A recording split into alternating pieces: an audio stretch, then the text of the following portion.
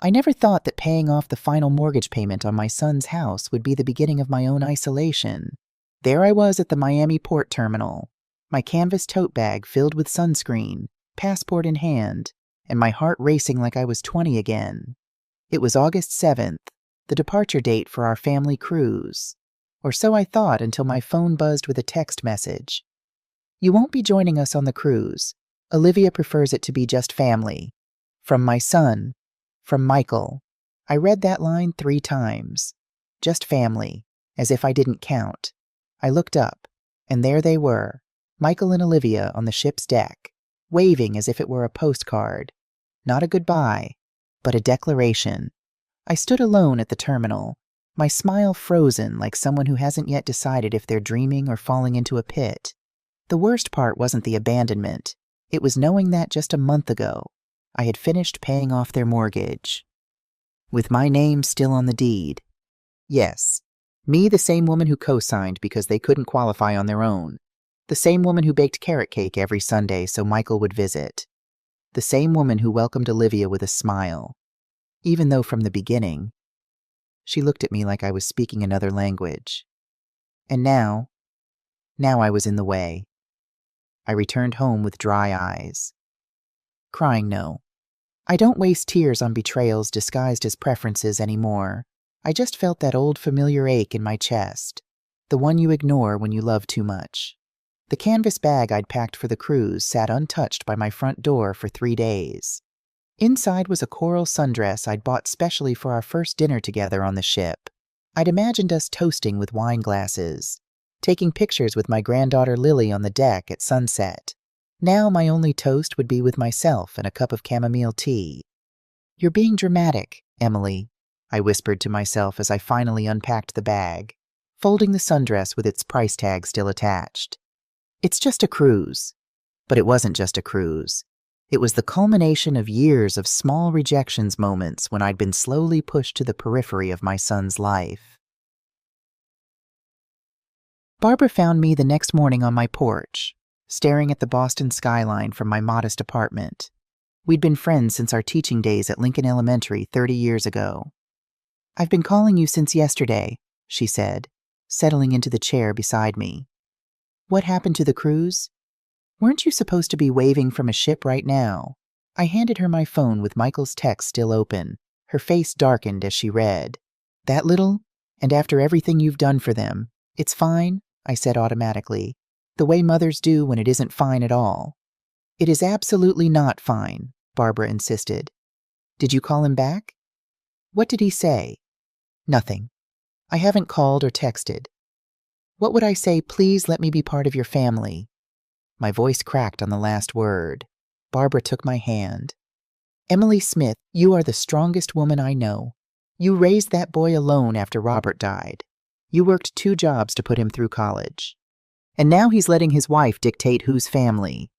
I nodded, tears finally threatening to fall. "I just don't understand when I became an outsider. When did I become someone they needed to escape from?" Barbara's eyes narrowed. "How much of their house did you pay for?" And there it was, the question that had been gnawing at me since I stood alone at that port terminal. That evening, I pulled out the folder where I kept all the house documents, the deed, the transfers, the notary papers. Everything was still in my name. I had co-signed the mortgage 5 years ago when Michael and Olivia fell in love with that colonial in Beacon Hill. They couldn't qualify for the loan on their own. Michael had just started his job in finance, and Olivia's marketing career was still building. "It's just temporary, Mom," Michael had assured me. "Just until we build our credit. We'll refinance in a year and get your name off." 1 year became 2, then 3. Every time I gently brought it up, there was a reason the interest rates weren't favorable. They had other expenses. Olivia was pregnant with Lily, and each year, when the property tax bill came, it somehow ended up in my mailbox, not theirs. And each year, I paid it without complaint, adding it to the mental ledger of things mothers do for their children.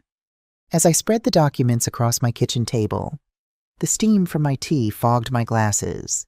I thought of all the times I'd visited their house, always with an invitation, never dropping by unannounced.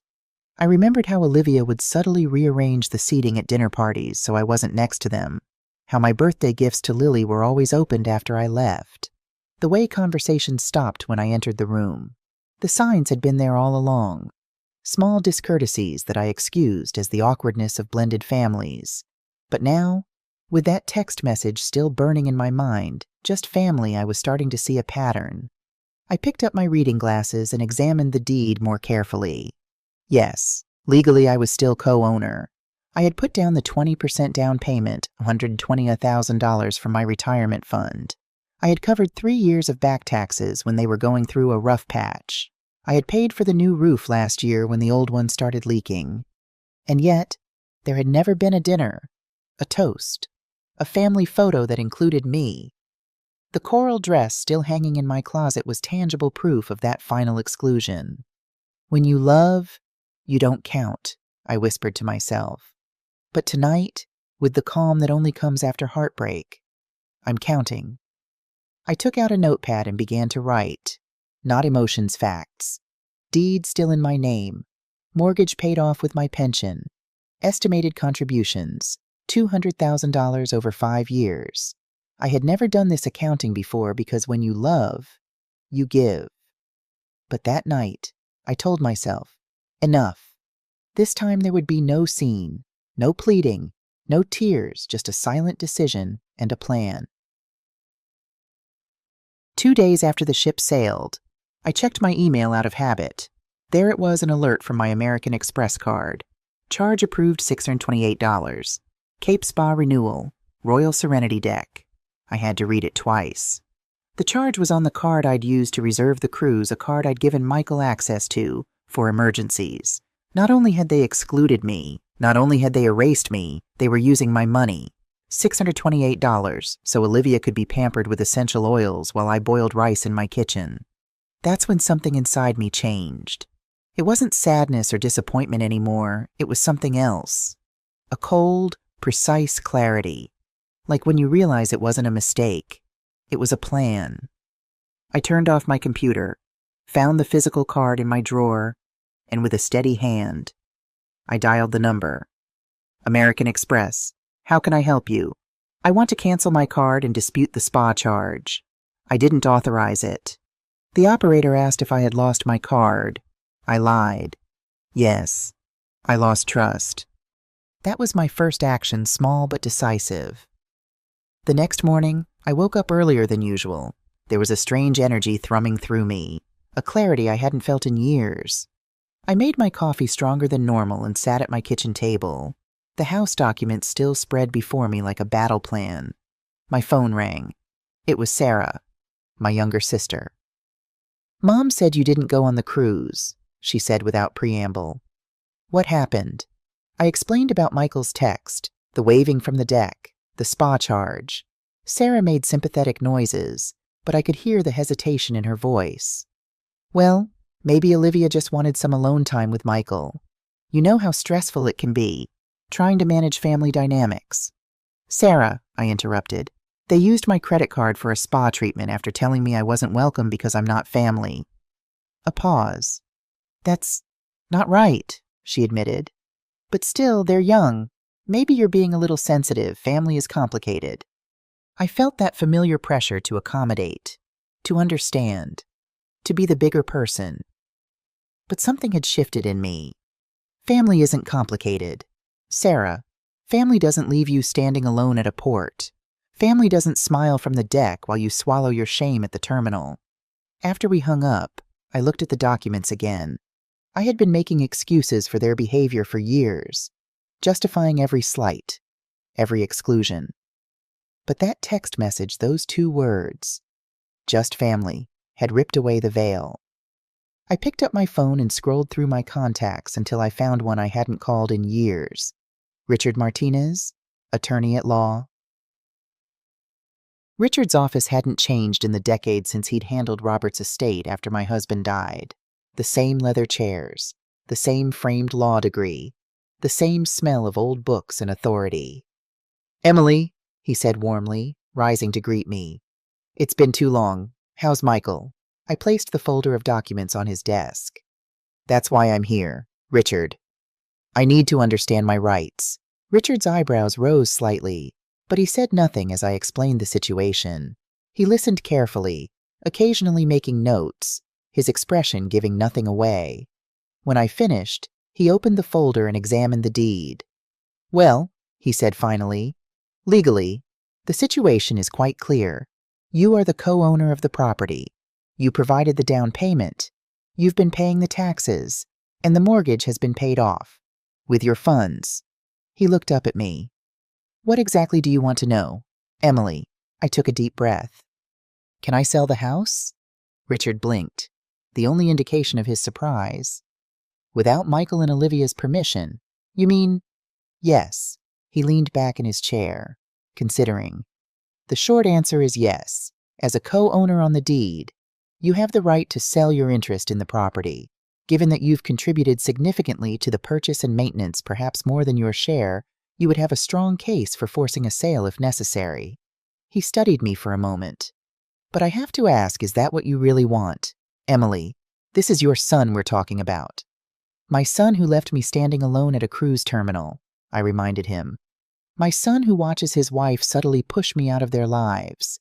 My son who allows them to use my credit card after excluding me from their family vacation.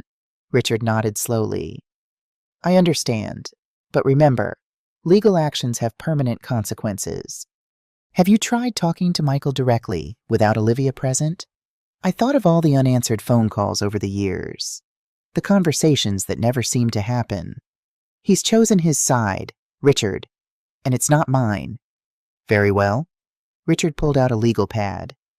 Let me walk you through your options. For the next hour, Richard outlined what a property sale would entail: the legal notices, the potential for conflict, the division of proceeds.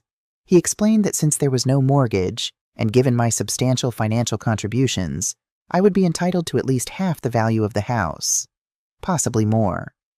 You need to think carefully about this, he cautioned as our meeting concluded. Legal remedies can solve property disputes, but they rarely heal family wounds.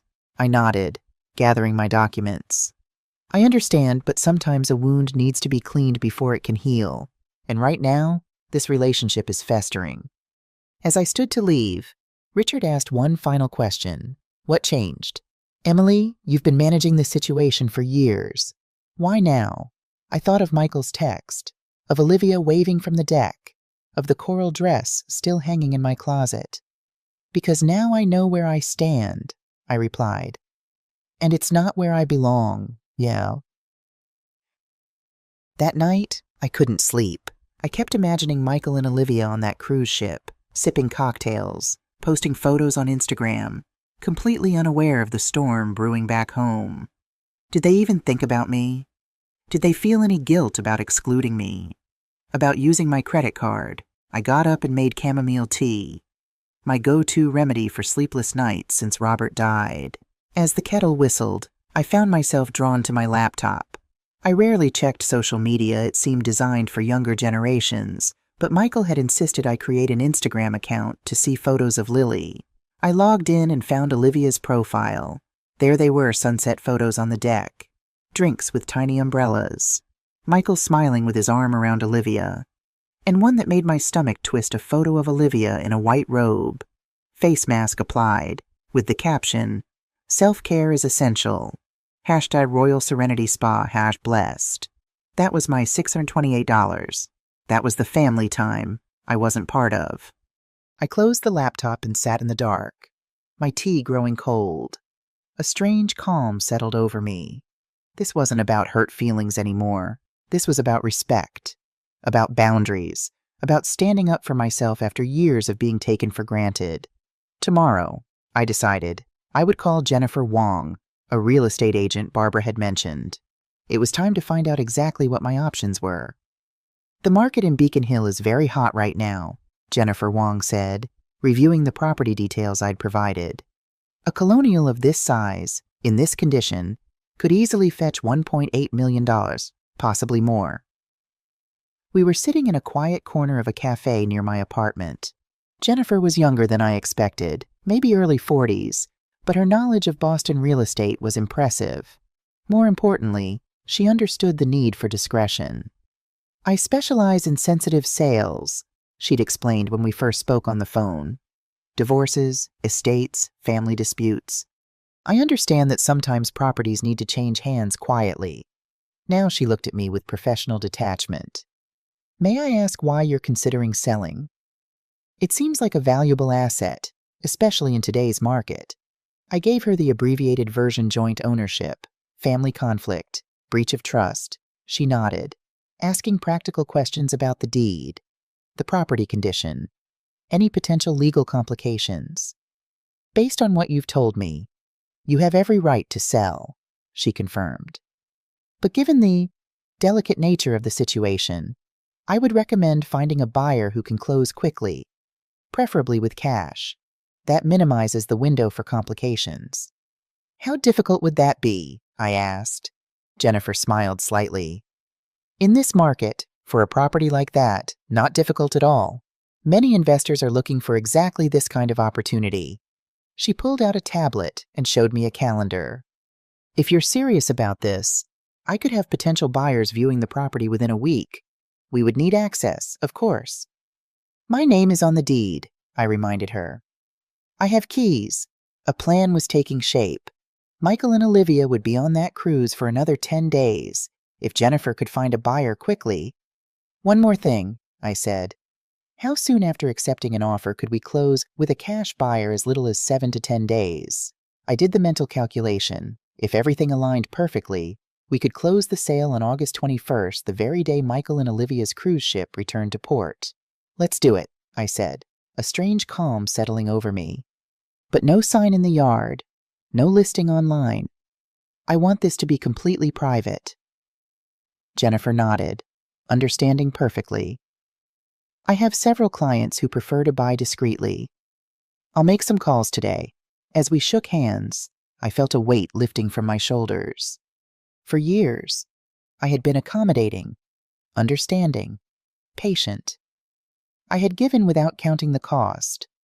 But sometimes, standing up for yourself isn't selfish, it's necessary.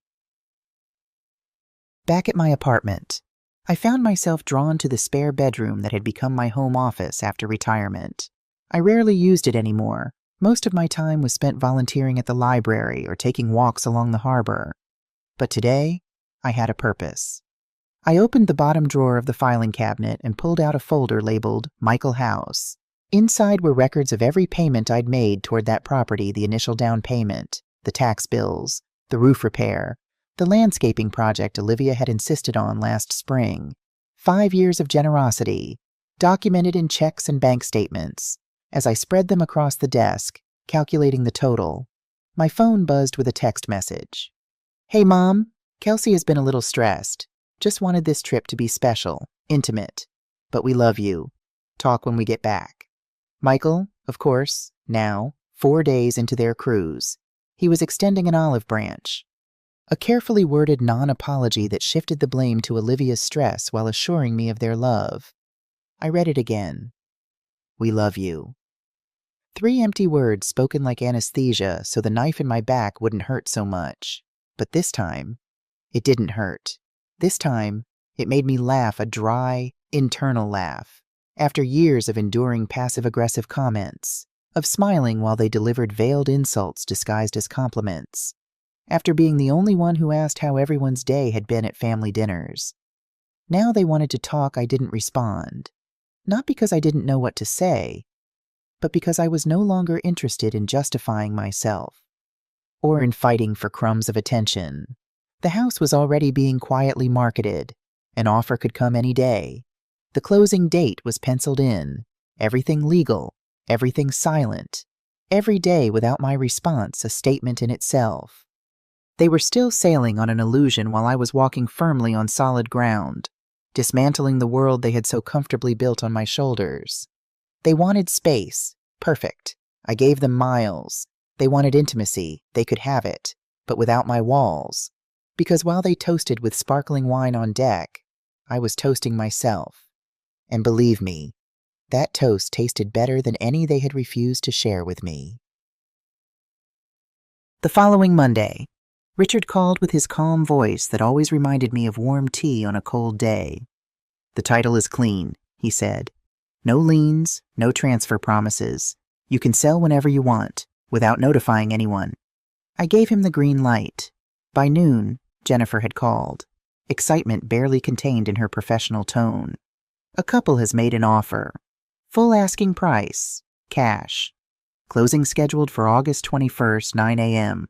The same day your son returns from the cruise." I felt a strange mixture of vindication and sadness. This was no longer about hurt feelings. This was about consequences. About teaching a lesson that should have been learned years ago. Respect is earned, and trust, once broken, must be rebuilt, not taken for granted. That same afternoon, I called a trusted locksmith. "Can you come tomorrow? I want to change all the locks on my house. All of them. And this time, only 2 copies of the keys." There was something liberating in that simple act. Changing the locks wasn't just a physical act. It was symbolic. It was like finally closing the door on emotional abuse, on disguised blackmail, on codependence masquerading as family. I stored the new keys in a ceramic jar that said lemon tea on my kitchen's highest shelf. Nobody looked there. Then I sat on the sofa with a notebook and began to write. Not a diary, a list. Change locks, sign sale agreement, cancel credit card, notify lawyer of closing, pack important belongings, remove items of sentimental value, clean kitchen one last time. And at the end, I wrote, "I'll be gone before they arrive.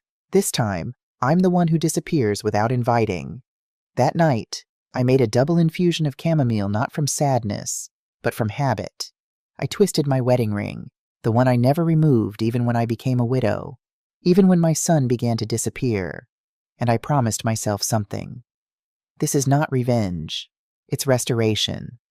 They played with my patience, but forgot I still held the title to the property. And that, dear friends, is the only paper that truly matters. Word began to leak out. Not from me, of course. I said nothing, just acted. But whispers started. Had I really sold the house?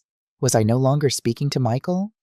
Was I being spiteful? Sarah was the first to call me. "Emily, really? Did you sell their house?" Her voice was thick with disapproval. "Yes, it was mine. But why? Because that's not of God," Sarah continued without waiting for my answer. "You're better than this." I was silent for a moment, then took a deep breath. "And which part exactly isn't of God?" "Sarah, the part where they left me at the port like I was a servant with a suitcase, or the part where they used my credit card to indulge in spa treatments?" She sighed, said something about forgiveness, about family, about acting from a place of hurt. I only replied, "This wound already has a scab, and it's called a legal deed." She hung up. I wasn't surprised. Sarah never understood what it's like to raise a child alone. She doesn't understand how it feels to give and give, only to be told you're too much. I didn't need her approval or anyone else's. While she talked about morality, I was wrapping my porcelain dishes in bubble wrap. While Michael and Olivia posted photos of sunsets and piña coladas, I was dusting the last shelf, leaving everything ready for the new owners. The next day, a neighbor greeted me with a mixture of pity and judgment in her voice. "So you're moving? How sad. I thought that house was for your grandchildren." I smiled. "Yes, for my grandchildren. When they invite me to their birthdays, we'll talk." I left without waiting for a response because that was another lesson. Sometimes respect comes after the door slams. Humiliation isn't always public. Sometimes it happens in your living room with a wine glass in hand and an ignored mother-in-law. But dignity that can be silent and powerful, and while others thought I had gone too far, I knew I was only just beginning. I was cleaning the kitchen, checking the drawers one by one before leaving for good. It wasn't nostalgia. It was protocol. I'm one of those women who leaves no crumbs behind, no dust in the corners. My mother used to say that a house is handed over with dignity or not at all.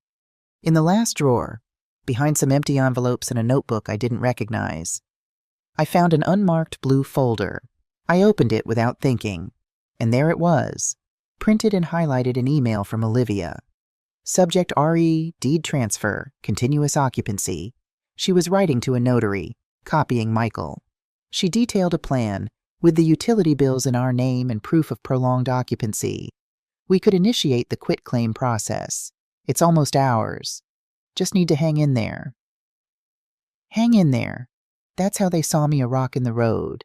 Their plan was, apparently, to take the house through attrition, through presence, through persistence like squatters claiming rights through longevity. I sat in the kitchen chair with that folder in my hands.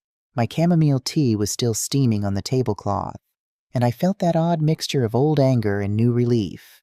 They had wanted to legally erase me, but they were too late. That same week, I had already closed the sale. The notary had given the go-ahead. The money was in the process of being deposited, and the keys had already been changed. They thought they could remove my name from the deed as easily as deleting a contact from a phone. But they forgot something basic. I'm not just a signature. I'm the founder. That house wasn't inherited or gifted. It was an investment. It was love disguised as a roof. It was a mother's patience that believed herself indispensable. And now it was proof that I hadn't forgotten how to protect myself. I put the blue folder in my bag as evidence. Richard told me it might be useful if they tried anything else later. But I was no longer afraid because I wasn't reacting anymore. I was leading. Let them try.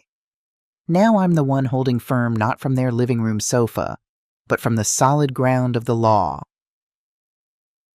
2 days before closing, I packed my last bag. I made sure to take everything: the photo albums, the few pieces of jewelry I had left, the cookie recipe I always made with Lily, though I'm not sure she even remembers now. I also took my old blanket, the one that smells like Saturday mornings and Sundays. The only thing I left was the gray sofa where they used to sprawl to watch TV as if everything belonged to them. Let the new owners use it, I thought. It's comfortable, and I don't carry grudges or useless furniture. The night before, I had taken a tour of the house with the calmness of someone closing a chapter. I touched each wall as if wanting to thank every corner for having sheltered me and them for so many years. Then I wrote the note. Not a letter, not a complaint, just a printed truth with firmness. This property has been sold. Do not attempt to enter. All communication will be handled by attorney Richard Martinez. I signed it, taped it to the door with thick tape, made sure it wouldn't blow away, and put a second copy inside on the entry table. The new owners had confirmed they would arrive on August 21st at 8 a.m., just as the cruise ship would dock back in port. Perfect synchronicity. My final gesture was to check that the security cameras were working, not to spy on them, but to protect myself from any tantrum or attempt at drama. At 7:30 a.m. on the morning of August 21st, I walked out the door. I turned the new lock one last time. I placed the keys in a sealed envelope with the real estate agent's address and left without looking back. I didn't cry. I didn't tremble. I just felt a strange peace. Like when you finally remove a splinter you've been pretending didn't hurt for years. They took the cruise. I took my freedom and left a note on the door as the signature of my rebirth. Once the keys were delivered and the sale closed, I went directly to my cousin Teresa's house on Cape Cod. 1 week for myself. No schedules. No calls. Richard knew exactly what to do. I left him clear instructions. Any attempt at contact, insult, demand, or plea from Michael or Olivia should be redirected straight to his office. I didn't want to know anything. I didn't need to know if they cried, shouted, or knelt. I had done my part. In the envelope I taped to the door, besides the sale notice, I also included Richard's card, his name, his email, his office number, all well presented, as if it were an invitation to a wedding where they, this time, were not invited. Richard called me the next day, somewhere between amused and amazed. They started early. At 8:17 a.m. the phone rang. First him, then her, then together, then messages, then emails. "And what did you do?" I asked, stirring my coffee while watching the ocean. "What you asked?" I informed them that any legal claim should be made through the appropriate channels, that the property had been properly transferred, and that you wished to have no contact. And did they understand? They were left speechless, but not without rage. I smiled.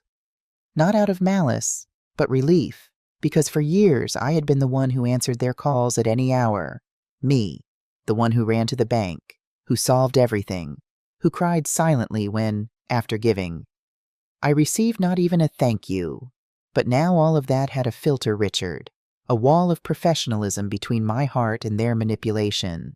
The new owner sent me a kind message. Everything in order. Thank you for leaving it all clean. Your energy can be felt in the house. Good. I didn't cry, but my eyes moistened.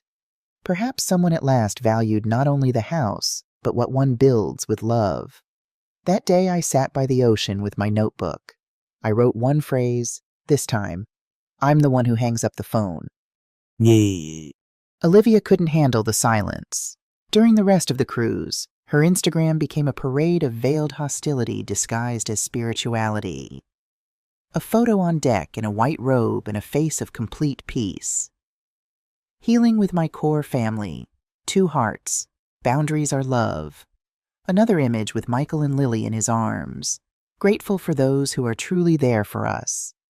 Everything else falls away. And then the jewel a selfie with the sea in the background. Nothing like getting away from toxicity to find yourself again. Screenshot, screenshot, screenshot. Each one with date, time, and its passive-aggressive tone, as polished as an expensive wine glass. What they didn't know was that while they thought they were telling their version, I already had the final act ready. Because one thing I learned, social media is the ego's favorite stage. And the ego, when it inflates too much, always bursts. They were sailing toward a house that was no longer theirs. They smiled as if the world was theirs, not suspecting that when they disembarked, the world was going to change the lock on them. There was no scandal, no, how could you, Mom? Just a silent legal wait. I knitted with patience, like I did when Michael was small and I sewed his Halloween costumes until midnight, except this time, they were the ones wearing the costume, and soon it would fall off. I, on the other hand, was knitting a new destiny. My notebook had a new list, rental contract signed on the Coast new bank account, updated will number blocked, Olivia number blocked, Michael, no more empty apologies, because what they thought was absence was strategy, what they called boundaries was my newly acquired freedom, and while they sailed, I had already reached firm ground. The night before their return, my phone vibrated, a message from Michael. Mom, I hope we can reconnect. You're part of our family. Always will be. I read it once, then again, and left it on read. The irony made me smile. How opportune love was. Wasn't it a week earlier? I was too loud, too intense, too annoying to be included in a trip I coincidentally helped pay for. And now, just before setting foot on solid ground, I was family again. Family doesn't leave you at the port. Family doesn't smile from the deck while you swallow your shame at the terminal. Family doesn't bathe in spa essences with your card while you eat toast looking at the sea from your kitchen window. The message was an emotional trap, but I no longer fell for bait. I saved it as evidence, as a reminder, as confirmation that I did the right thing, because if one thing became clear to me, it's that when the money runs out, so does the we love you. But this time, the money left with me, and what remained was their reflection. Michael, my son, still didn't understand that love isn't eternal when only one side feeds it. I had loved, I had given, I had believed, and they simply accommodated until one day I stood up and said, enough. What they call betrayal, I call awakening, and that message so full of sugar and guilt was the last spoonful I didn't swallow. I turned off the phone. Tomorrow they would receive the welcome they deserved, not with shouts, but with a paper on the door and a lock that no longer opened for them. It was the early morning of August 21st. They were returning from the cruise that night. I knew it. They always fly at night to make the most of the day. And like everything in their lives, calculated for their convenience. I was no longer in the city. I was in my new coastal apartment with the window open and the sound of waves as my only company. But I could imagine it all. The Uber parking in front of the curb, the suitcases rolling on the pavement, the tired giggles after a week of sea and aloe vera face masks, and then the silence. The first sign that something wasn't right, the porch light off, then the useless click of keys turning without effect. Once, again, dry blow, nothing, on the door, stuck with industrial tape. The note, property sold. All communication must be conducted through legal channels with attorney Richard Martinez. Do not attempt to enter. Security registry active. I imagined Olivia's face, that expression of disbelief she only puts on when something escapes her control. I imagined Michael checking his phone, looking for some message from me that never came. I imagined the moment they realized there was no mistake, no pending explanation, only consequence. At 8 o'clock sharp, the new owners arrived. A young, kind couple, with a ready moving van and signed papers. I had already explained everything to them, the story. The keys, the cameras, the necessary silence. They understood. They even wished me luck. Michael and Olivia, on the other hand, understood nothing because they always believed that a mother's love was like tap water, automatic, constant, without a bill. That early morning, the house I built with love looked at them from the other side of the door and didn't recognize them. Within hours of the definitive door closing, Olivia did what she knew best, theater. She uploaded a story to Instagram with red eyes and very strategically smudged makeup, and a phrase in black on white. Imagine your mother-in-law gifting you a house and then taking it away. Minutes later, a post, some people never get over their children growing up and making their own family. What pain when resentment speaks louder than love. But the best came in the comments. Her usual followers, those who always put hearts and divine under her posts, started asking questions. One in particular wrote, "Was the house in your name?" Another, more direct, "Did she sign the deed in your favor?" And then an old friend of Michael's appeared, one of those he believed didn't read anything. "My mom knows Mrs. Emily. She paid for everything. Olivia, it's not your house if there's no paper." The domino effect was immediate. The narrative of the hurt daughter-in-law collapsed like a sandcastle. Michael tried to intervene, posting a vague story. There are things that aren't resolved on social media. But the damage was done, and a user responded to him. "The damage was leaving your mom on land while you used her card." I said nothing, didn't answer, didn't post anything. Because when a truth is well written with lawyers, signatures, and notaries, it needs no defense on Facebook. Social media became their mirror. And they didn't like what they saw. Their version couldn't stand. Their shame, however, did go viral. And while the virtual world burned, I prepared another chamomile tea, this time with a smile, because finally, the story they had always told in their favor wrote itself in my defense. I moved to a smaller place, by the sea, quiet, fresh. There are no spare rooms, no wedding ornaments, no picture frames with forced smiles, just what I need. My blue armchair, my wool blanket, and a kettle that whistles softly at 6 in the afternoon. Michael doesn't call anymore. Olivia, I imagine, still wallows in her own version of events, trying to find angles that make her a victim. But I don't care anymore. The curious thing is, I don't feel anger. There's no hatred, no pain. There's an emptiness. Yes, but it's a clean emptiness, like when you finish cleaning out the closet, throw away what no longer serves, and can finally breathe. For years, I believed that being a mother meant disappearing so they could shine, that being generous was love, that enduring slights in silence was nobility. But the truth is, I became invisible, and I allowed it until one day they left me at the port, and I understood there was no mistake. It was a declaration, just family. They said, well, now they live with that. Because I was family. I was the one who paid the down payment, the furniture, the baby stroller, the Christmas tablecloth, and even the therapies Olivia couldn't afford. I was the family who arrived with rice and chicken when they had nothing for dinner. I was the one who waited for an invitation that never came. And now I'm the woman who left without noise, with her head held high, and with the only title that matters, my name, at peace.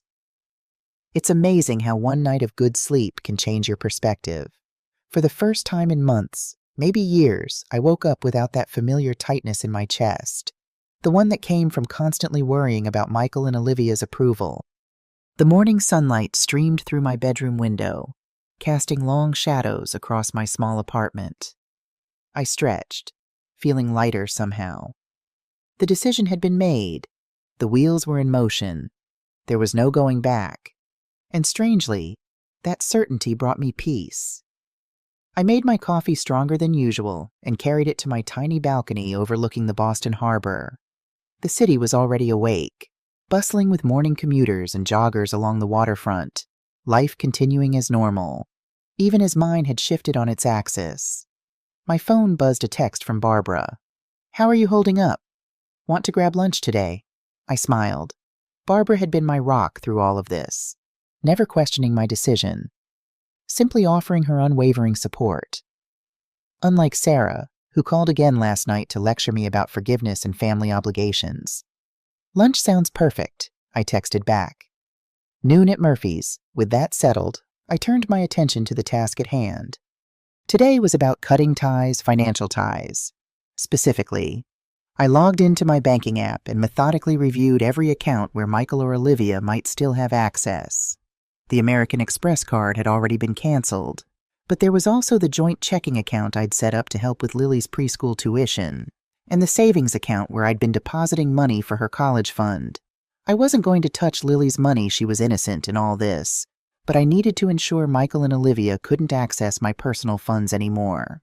I transferred Lily's college fund to a new trust account with clear stipulations the money could only be used for educational expenses, and I would be the sole trustee until Lily turned 18.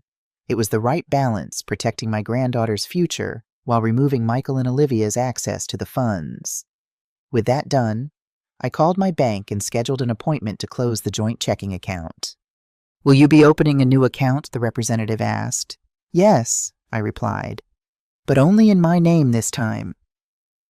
It felt strange and empowering all at once, like reclaiming pieces of myself I'd given away without realizing it.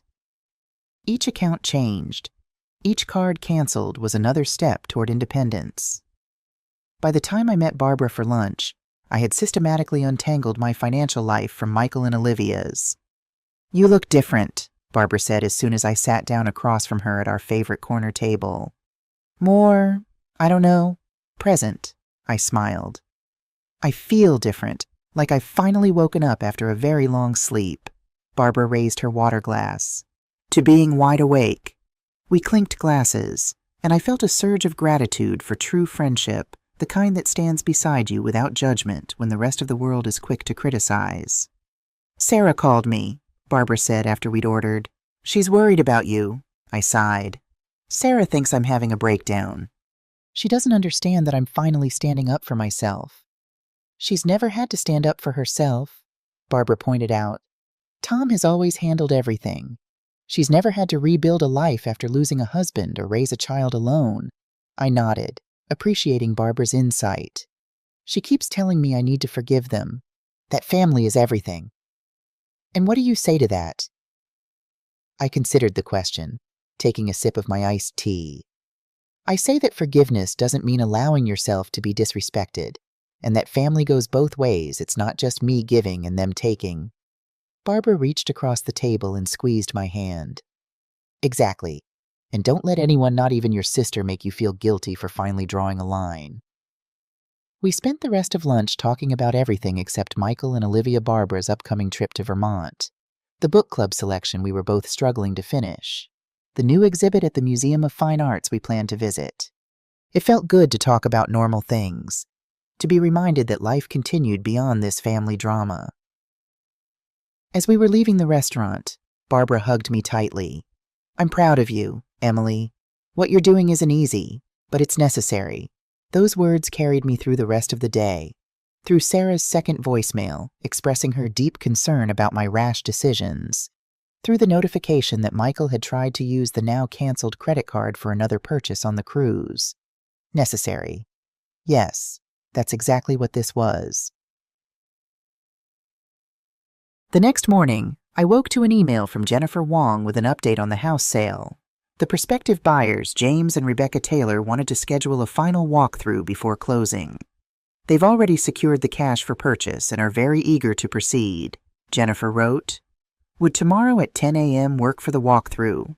I confirmed the time and spent the day preparing.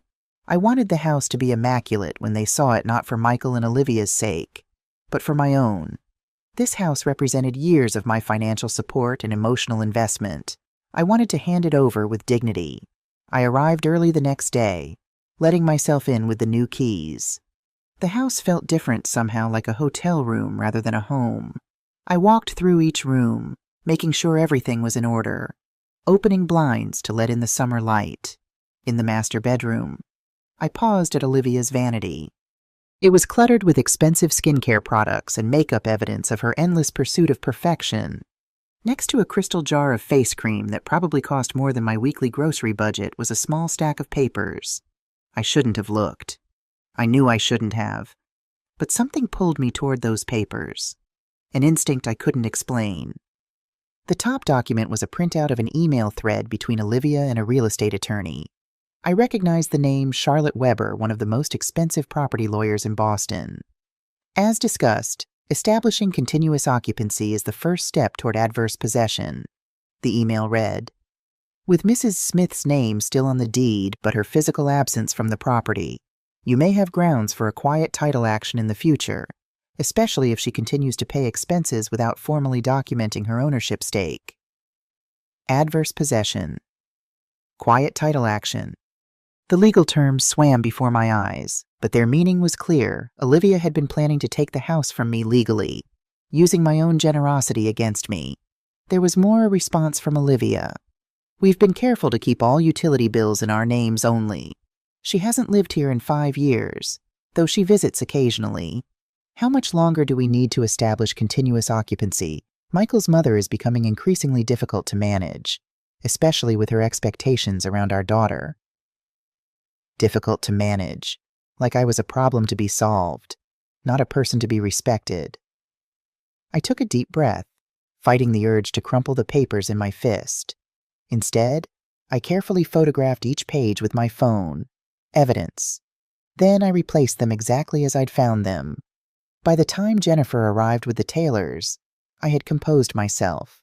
Though my hands still trembled slightly as I greeted them, the walkthrough went smoothly.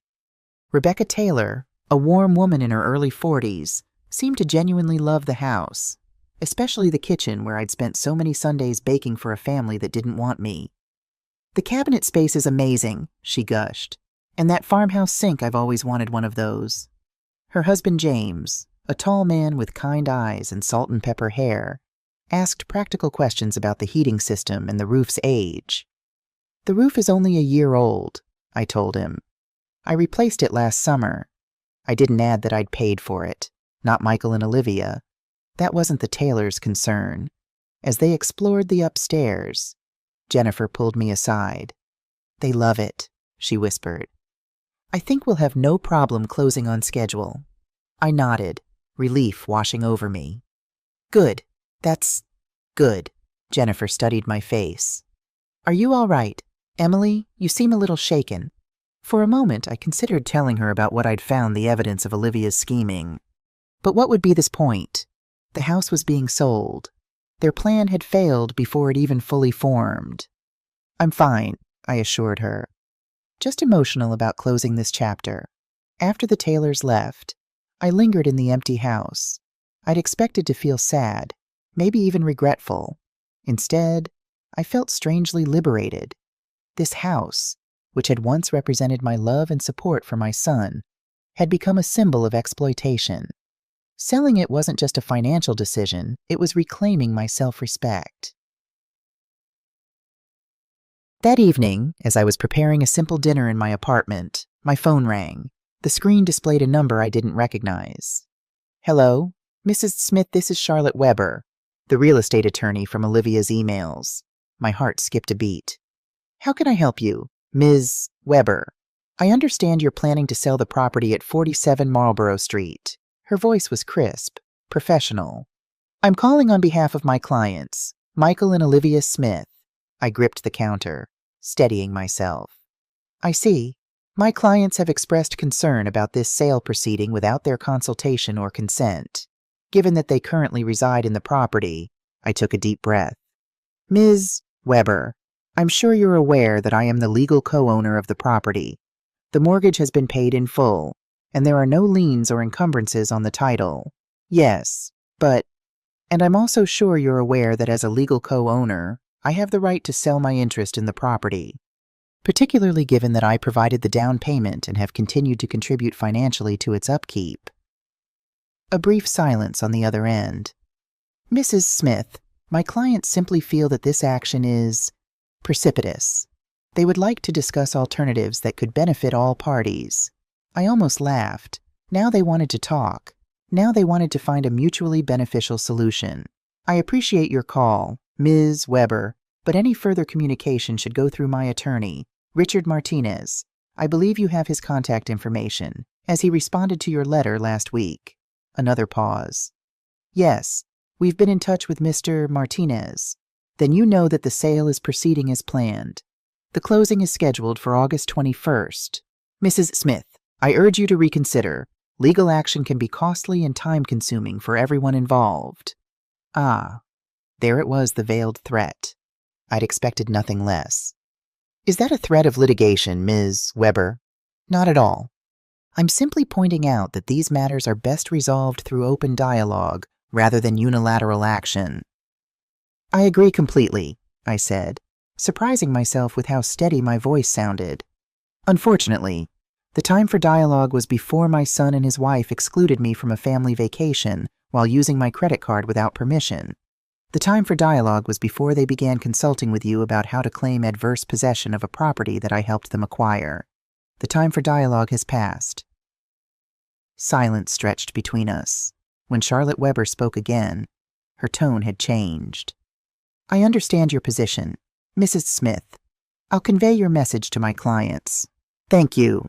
And Ms. Weber, you might want to advise your clients that attempting to claim adverse possession against a co-owner who has been actively contributing to the property's expenses is unlikely to succeed in court. Just a thought. I ended the call before she could respond, my heart pounding in my chest. I'd never spoken so boldly to an attorney before to anyone, really. It felt terrifying and exhilarating all at once. My phone immediately rang again, Richard this time. I just got off the phone with Charlotte Weber, he said without preamble. What did you say to her? I recounted our conversation, half expecting Richard to chastise me for being too confrontational. Instead, he chuckled. Well done, Emily. Well done indeed. Really? You stood your ground firmly but professionally, and you're absolutely right about the adverse possession claim. It's absurd in this context. I think you've put them on notice that you're not going to be intimidated. Relief flooded through me. So what happens now? Now we proceed with the closing as planned. Weber might file an emergency motion to try to stop the sale, but it would be on shaky legal ground. The title is clear. You're the legal owner, and you have every right to sell. And if they do file something, then we'll fight it, but I doubt they will. Based on what Weber said to me, I think they're realizing their position isn't as strong as they thought. After we hung up, I sat in my kitchen, staring at my half-prepared dinner, no longer hungry. The confrontation with Weber had drained me, but it had also clarified something. I was no longer afraid of Michael and Olivia's reaction. I was no longer worried about their approval or their anger. For the first time in years, I was acting solely in my own best interest, and it felt right. The following morning brought a flurry of activity. Jennifer called to confirm that the Taylors had completed their financial verification. The cash for the purchase was officially in escrow.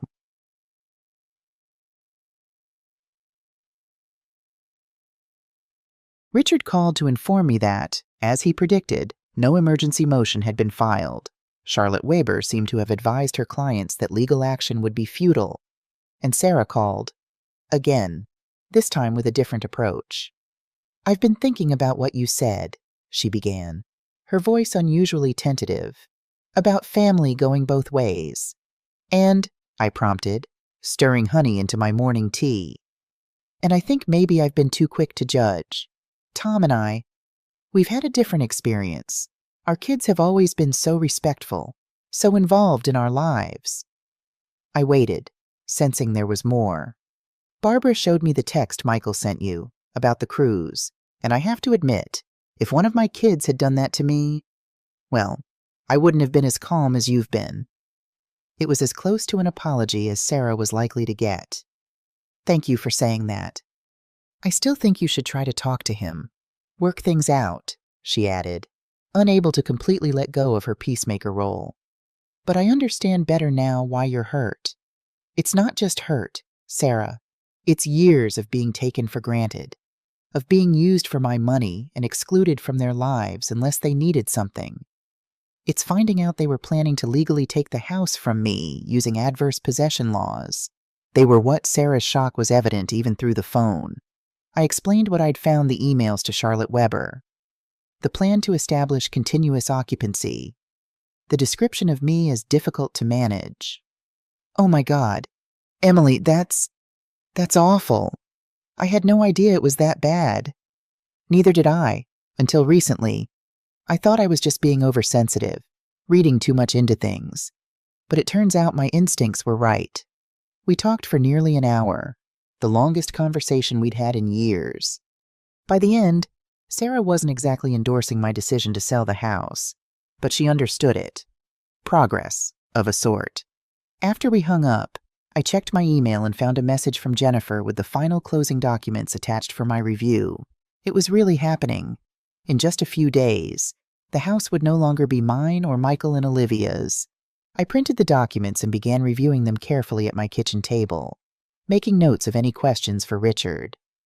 The legal language was dense, but the essence was clear. In exchange for $185 million, I was transferring all rights and interest in the property to James and Rebecca Taylor. The doorbell rang, interrupting my review. I wasn't expecting anyone. And for a moment, I felt a flicker of anxiety. What if it was Michael or Olivia, somehow back early from their cruise? But when I peered through the peephole, I saw a delivery person holding a large arrangement of flowers. "Delivery for Emily Smith," she announced when I opened the door. I thanked her and carried the beautiful bouquet of lilies and roses to my kitchen counter. The card read, "To new beginnings and standing tall. With admiration, Barbara." Tears pricked my eyes as I arranged the flowers in a vase. Barbara had always known exactly when I needed encouragement. Tomorrow, I would send her a thank you text. Today, I would simply enjoy the beauty of her gift and the warmth of knowing someone understood and supported me. With renewed energy, I returned to the closing documents. One section caught my attention, a statement confirming that the property was being sold free of all occupants, with vacant possession to be delivered at closing. Michael and Olivia would have nowhere to return to when their cruise ended. The thought made me pause, a momentary doubt creeping in. Was I being too harsh? Should I have given them more warning? Then I remembered Olivia's spa charge on my credit card.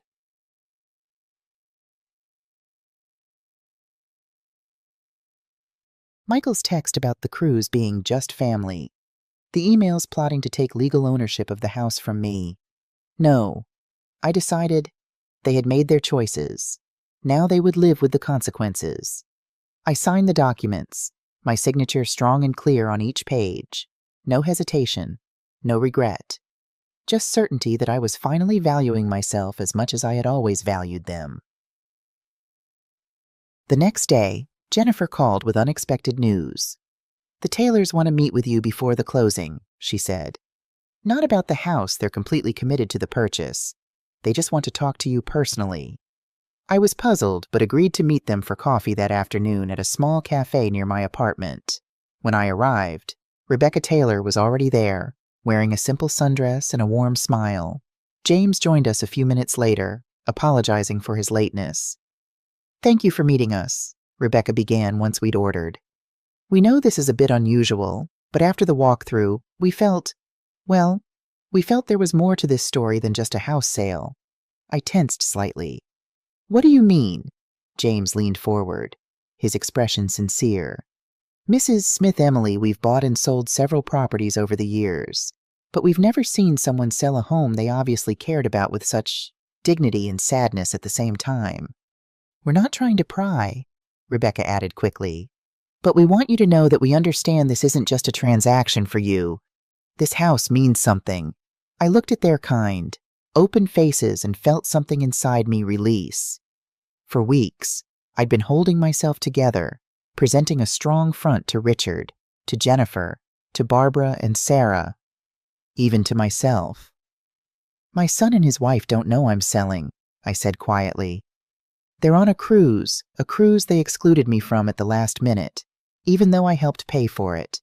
They return on the 21st, the day of closing." Rebecca's eyes widened. James's eyebrows rose slightly, but neither interrupted. "I've been supporting them financially for years, the down payment on the house, property taxes, a new roof last year, all while being gradually pushed out of their lives, treated as an inconvenience rather than family." The words tumbled out. 5 years of hurt and confusion condensed into a few sentences. I told them about the credit card charge, about finding Olivia's emails regarding adverse possession, about the gradual erosion of my place in their lives. "So yes," I concluded, "this house does mean something to me. It represents both my love for my son and the painful realization that that love wasn't being reciprocated." There was a moment of silence when I finished. Then Rebecca reached across the table and squeezed my hand. "Thank you for trusting us with this," she said. "We promise we'll take good care of the house. And we want you to know," James added, "that you're welcome to visit any time. Not to see them, of course, but if there are memories there, things you want to revisit." I was touched by their generosity, their understanding. "Thank you. But I think this is a clean break for me. New chapter, new beginning." We chatted for a while longer about lighter topics, their plans for the house, a home office for James in the spare bedroom, a garden redesign that Rebecca was excited about, their careers. He was a pediatric surgeon. She ran a nonprofit supporting arts education in public schools. They were good people. I realized the house would be in good hands. As we parted, Rebecca hugged me impulsively. "Stay strong," she whispered. "You're doing the right thing." Her words stayed with me as I walked home, a mantra against the doubt that still occasionally crept in. You're doing the right thing. You're doing the right thing. The weekend passed in a blur of preparations. I visited the house one last time on Saturday to collect a few remaining personal items, a small watercolor painting of Cape Cod that had been a wedding gift from Robert's parents, a set of vintage cocktail glasses that had belonged to my grandmother. As I was carefully wrapping the glasses in newspaper, my phone rang. Michael's name flashed on the screen. My heart skipped a beat. They weren't supposed to have cell service on the cruise. Had they returned early? Had they somehow found out about the sale? I answered, my voice carefully neutral. "Hello? Mom?" Michael's voice was distorted by a poor connection, but the false cheer came through clearly. "We found a spot with Wi-Fi. How are you?" "I'm fine, Michael, enjoying the quiet." "Listen, Mom, about the cruise. I feel terrible about how that happened. Olivia's been under so much stress with work, and she just wanted some time for us to reconnect as a couple. You know." I said nothing, letting the silence stretch between us. "Mom, are you there?" "I'm here. Just waiting to hear if there's an actual apology somewhere in that explanation." He sighed, that familiar sound of exasperation I'd heard so many times. "I'm trying to explain. Mom, it wasn't personal. Excluding me from a family vacation at the last minute, after I helped pay for it, feels very personal. Michael, you didn't pay for the whole thing," he protested. "Just the deposit. And the spa treatment Olivia charged to my credit card after leaving me at the port. Did I pay for that?" Silence. Then, what spa treatment? Either he genuinely didn't know, or he was a better actor than I gave him credit for. "Check your credit card statements when you get back," I said. "I'm sure it's all there." "Mom, I don't know what you're talking about, but I called to make peace. We'll be back on the 21st. Why don't you come over for dinner that night? We'll talk everything through. The three of us." The three of us, as if Olivia would be part of any genuine reconciliation. I can't make it on the 21st, I said truthfully. I have a previous engagement. The next night then. Or that weekend. Whenever works for you. I really want us to clear the air. I almost laughed. Clear the air when they'd returned to find the house sold. The locks changed. Their belongings essentially stranded. We'll talk when you get back, I said, non-committal. Enjoy the rest of your cruise. Michael. I ended the call before he could respond, my hands shaking slightly. His voice so familiar, so tied to memories of bedtime stories and high school graduations and proud parent moments, had stirred emotions I thought I'd put aside. But there was no turning back now. The closing was 3 days away. The decision had been made. I finished packing the cocktail glasses and took one last look around the house that had represented so much hope when Michael and Olivia first bought it, the house that had slowly become a symbol of my exclusion from their lives. Goodbye, I whispered to the empty rooms, not with sadness, but with finality. It was time to move on. Sunday morning dawned bright and clear. A perfect New England summer day. I woke early, a habit from my teaching days that I'd never broken, and made my way to the small balcony with my coffee. The city was quiet, most people still sleeping off their Saturday night adventures. I savored the peace, watching a container ship make its slow way across the harbor, wondering where it was headed and what it carried. 2 more days until the closing. 2 more days until Michael and Olivia returned to find their lives upended. I tried to imagine their reaction: shock. Certainly. Anger, probably. Perhaps even remorse, though I doubted it. Olivia wasn't the type to accept responsibility for her actions, and Michael had always been too easily influenced by her. My phone chimed with a notification. Curious. I picked it up to find an Instagram alert. Olivia had posted a new photo. I rarely checked social media, but I'd set up alerts for Olivia's posts after discovering the spa charge, wanting to keep tabs on their activities. The photo showed Olivia and Michael on what appeared to be the ship's deck, champagne flutes in hand, sunset casting a golden glow over their smiling faces. The caption read, "Last night on the high seas, making memories with my soulmate before returning to reality tomorrow." Hashtag blessed had couple goals, had sunset cruise. Reality. If only she knew what reality had in store. I closed the app, feeling neither satisfaction nor guilt, just a strange detachment. These people, my son and his wife, had become almost strangers to me. Their values, their treatment of others, their sense of entitlement. All of it felt foreign to the values I'd tried to instill in Michael as he grew up. Where had I gone wrong? Had I spoiled him, failed to teach him gratitude, or was this all Olivia's influence? No, I decided, setting my phone aside. I wouldn't fall into that trap of blaming everything on Olivia. Michael was a grown man who made his own choices. He chose to exclude me from the cruise. He chose to allow Olivia to use my credit card without permission. He chose to participate in their plan to take legal ownership of the house away from me. My phone rang, interrupting my thoughts. Richard's name flashed on the screen. "Good morning, Emily," he said when I answered. "I wanted to update you on a few things before tomorrow's pre-closing meeting." "Is there a problem?" I asked, immediately alert. No, everything's proceeding as planned. I just wanted to confirm that we've received the full title report, and everything is clear. No liens, no encumbrances, no surprises. Relief washed over me. That's good news. I've also had another conversation with Charlotte Weber. She wanted to know if you might consider allowing Michael and Olivia a few days after closing to remove their belongings from the house. I frowned. How would she even know about the sale? They're still on the cruise, aren't they? Apparently, they have someone watching the house, a neighbor, perhaps, or a friend. This person noticed the locksmith and the walkthrough with the tailors and reported back to Weber. My mind raced. Who could be watching the house? The neighbors on either side were snowbirds who spent summers in Maine.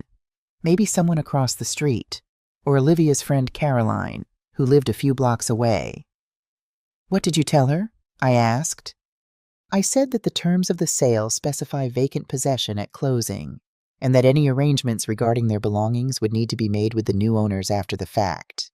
I also reminded her that as they had no legal right to occupy the property, they should consider themselves fortunate that the new owners might be willing to work with them at all.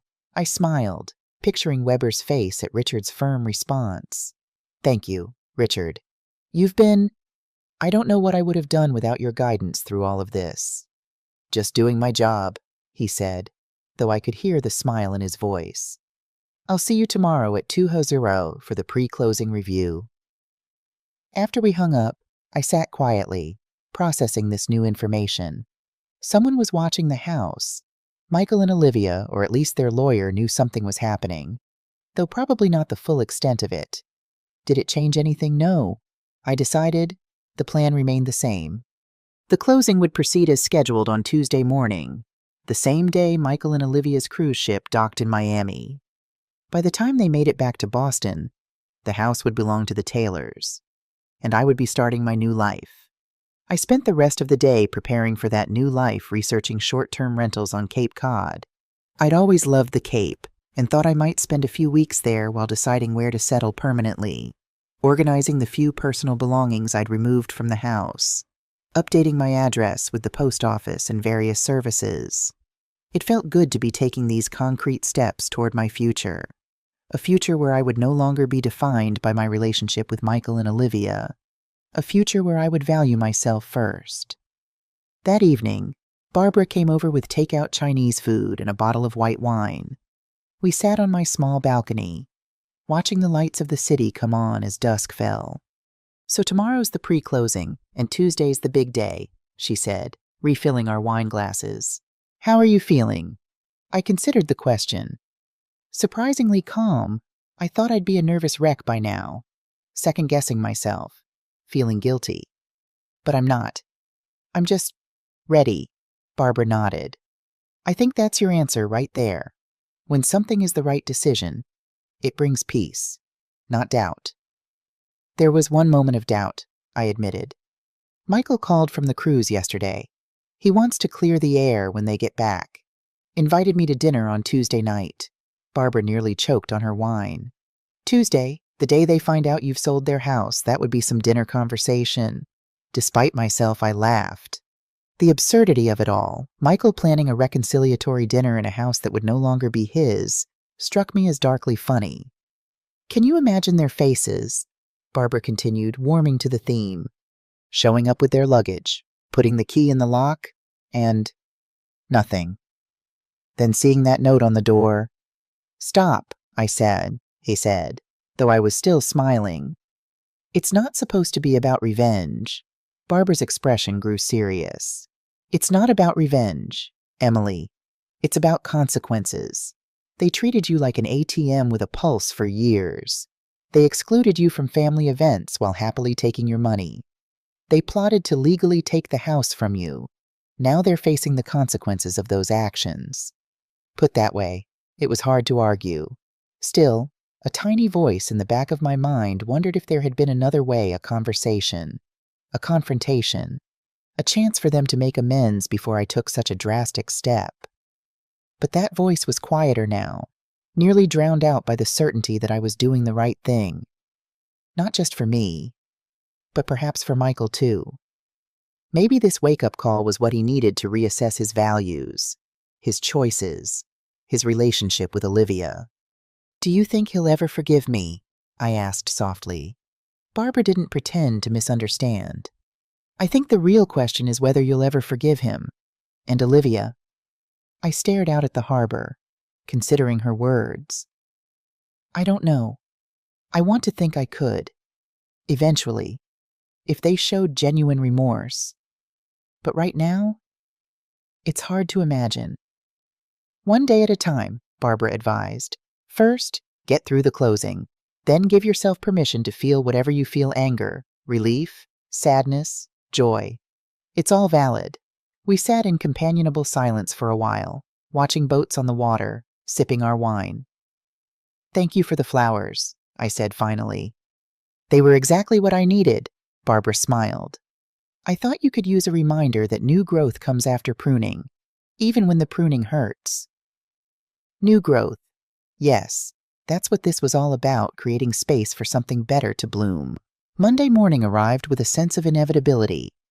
The pre-closing meeting was scheduled for 2:00 p.m., and I spent the morning meticulously reviewing every document Richard had sent over, making notes of any final questions. At 1:30, I arrived at Richard's office, dressed in what Robert used to call my business armor, a navy blue suit I'd had for years but rarely wore anymore since retiring from teaching. Today felt like an occasion that warranted armor. Richard greeted me warmly, ushering me into his conference room where Jennifer Wong and a representative from the title company were already waiting. "Emily, you remember Jennifer, of course, and this is Thomas Chen from Atlantic Title." I shook hands with both of them, noting the stack of documents on the conference table. "Everything's in order," Thomas assured me. "We've conducted a thorough title search, and there are no issues that would prevent the closing from proceeding tomorrow." For the next hour, we went through each document line by line. Richard explained every clause, every condition, every legal term until I was satisfied that I understood exactly what I was signing. "And the funds," I asked. "How will those be transferred?" "The Taylors have already wired the full amount to our escrow account," Jennifer explained. "As soon as the deed is recorded tomorrow, we'll transfer the funds to your account. You should have access to them by late afternoon." It all seemed so clinical, so straightforward. A house worth nearly $2 million, 5 years of memories, changing hands with a few signatures and a wire transfer. "Are there any other questions, Emily?" Richard asked, sensing my momentary detachment. I refocused on the documents before me. "Just one. The note says vacant possession will be delivered at closing, but Michael and Olivia's belongings are still in the house. What exactly does that mean for the Taylors?" Thomas from the title company cleared his throat. "Technically, vacant possession means the property should be empty of occupants and their belongings. However, in practice, there's often some flexibility, particularly in situations like this where the previous occupants are unaware of the sale. The Taylors have indicated they're willing to allow a reasonable period for belongings to be removed," Jennifer added. "They understand the unusual circumstances." I nodded, relief mingling with guilt. At least Michael and Olivia wouldn't be completely stranded, their possessions inaccessible. "Now, about tomorrow," Richard continued. "The closing is scheduled for 9:00 a.m. at the Registry of Deeds. I'll meet you there at 8:45. The Taylors and their attorney will be present, as will Jennifer and Thomas. It should take about an hour, possibly less since it's a cash transaction with no lender involvement." "And after that?" I asked. "After that, the house officially belongs to the Taylors. They'll receive the keys, and their occupancy begins immediately."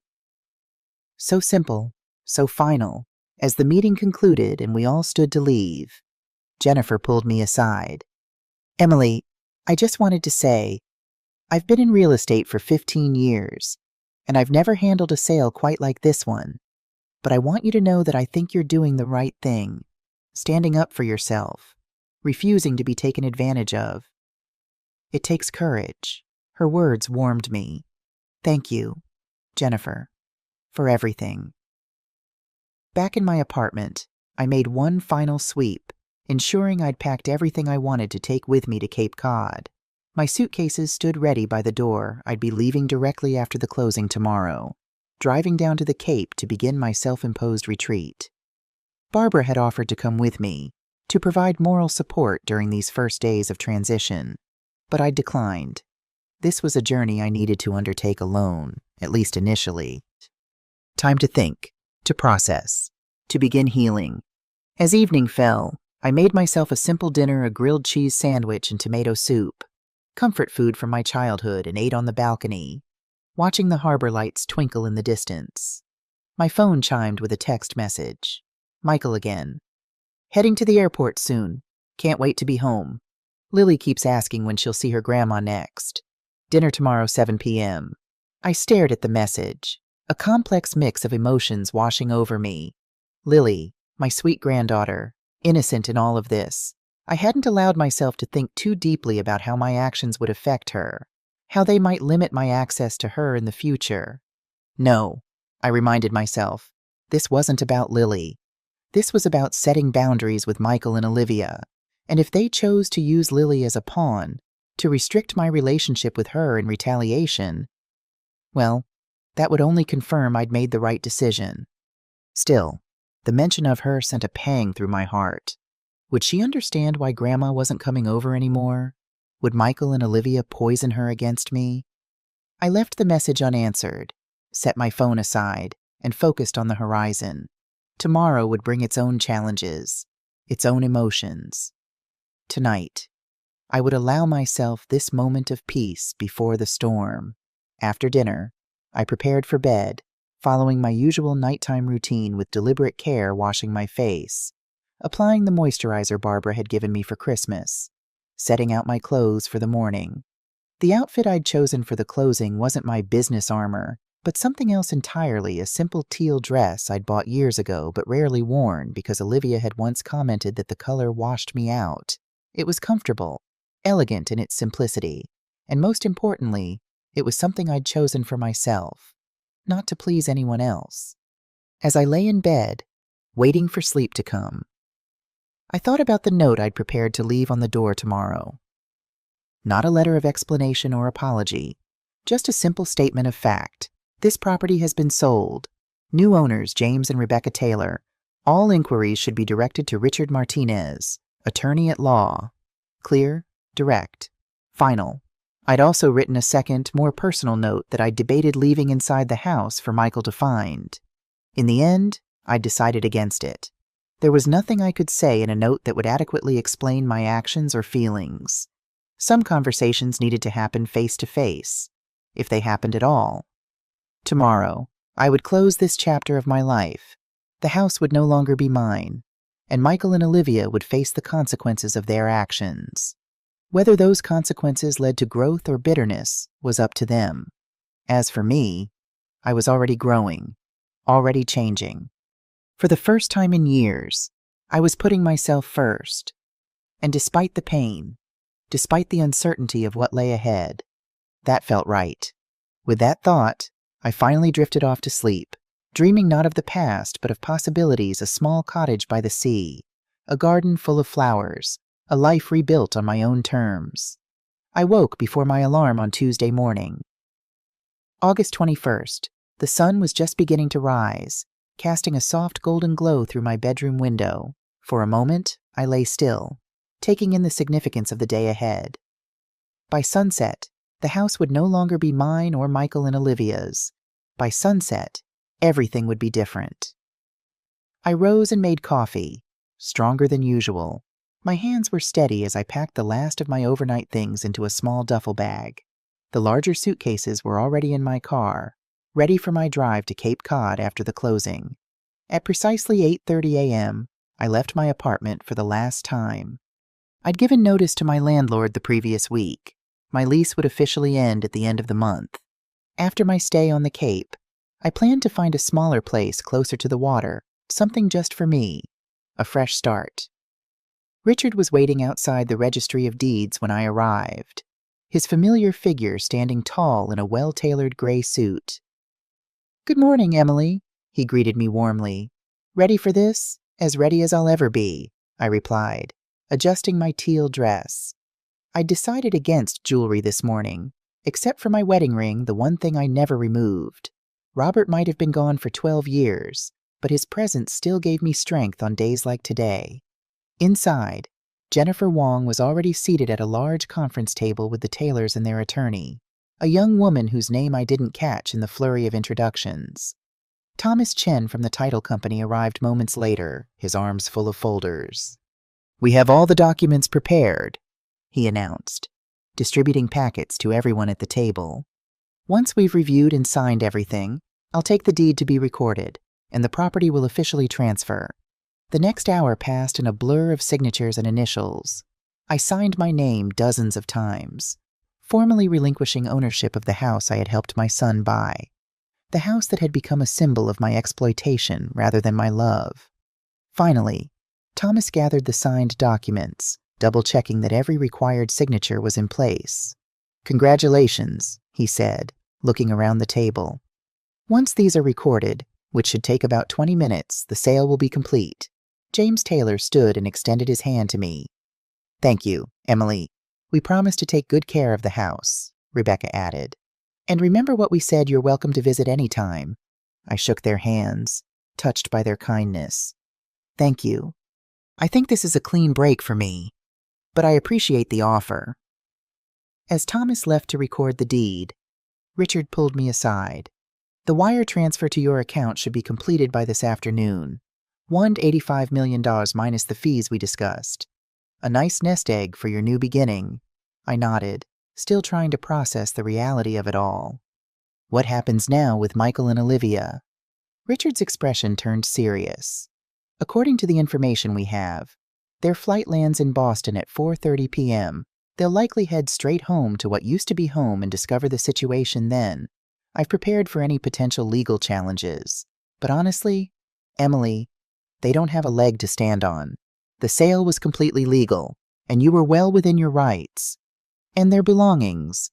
The Taylors have generously agreed to allow them 7 days to remove personal items. After that, anything remaining becomes the Taylors' property to donate or dispose of as they see fit. I felt a weight lift from my shoulders. It wasn't vindictiveness that had motivated me. I didn't want Michael and Olivia to lose their possessions along with the house. I just wanted them to understand that actions have consequences, that relationships require reciprocity. Thank you, Richard, for everything. He smiled warmly. You're a remarkable woman, Emily Smith. It's been my privilege to help you reclaim your power. As we said our goodbyes and I prepared to leave, Jennifer handed me a small envelope. The Taylors asked me to give you this, she said. They said to open it when you reach the Cape. Curious, I slipped the envelope into my purse, thanked Jennifer for her help, and walked out of the registry building into the bright August sunshine, a woman with no mortgage to pay, no house to maintain, and no financial ties to those who had taken advantage of her generosity for far too long. Freedom felt like sunshine on my face after years in shadow. The drive to Cape Cod took longer than expected due to summer tourist traffic, but I didn't mind. I rolled down the windows, turned up the radio, and sang along to oldies stations, feeling lighter with each mile that stretched between me and Boston. I'd rented a small cottage in Wellfleet for a month, a charming place with weathered cedar shingles and a deck overlooking the bay. As I pulled into the gravel driveway around 2:00 p.m., I felt a sense of rightness, as if this was exactly where I needed to be. The cottage owner, a friendly woman named Carol, met me with the keys and a brief tour. The space was perfect cozy but not cramped, with large windows that flooded the rooms with light and caught the sea breeze. There's a path down to the beach just behind the cottage, Carol pointed out, and town is about a mile that way if you want to walk in for dinner or groceries. After she left, I unpacked my essentials and made myself a cup of tea. Taking it out to the deck, I settled into an Adirondack chair and finally opened the envelope Jennifer had given me. Inside was a card with a watercolor painting of Cape Cod on the front. I opened it to find a handwritten note. Dear Emily, we wanted you to know how much your courage has inspired us. Starting over isn't easy at any age, but you've shown that it's never too late to stand up for yourself and demand respect. The house will always carry your spirit, the love you put into it, even if that love wasn't properly valued by others. We promise to fill it with the kindness and appreciation it deserves. If you ever want to visit, our door is always open to you. In the meantime, please accept our small gift to help you create new memories in your fresh start. Warmly, Rebecca and James Taylor. Beneath their signatures was a gift certificate for a local art gallery in Wellfleet, a generous amount that would allow me to select a piece for my new home, wherever that might eventually be. Tears welled in my eyes, not of sadness, but of gratitude. These strangers had shown me more understanding and respect in our brief acquaintance than my own son and daughter-in-law had in years. I carefully returned the card to its envelope, promising myself I would visit the gallery soon. For now, though, I was content to sit on the deck, watching seagulls wheel overhead and small boats bob in the distance, letting the rhythm of the waves soothe my soul.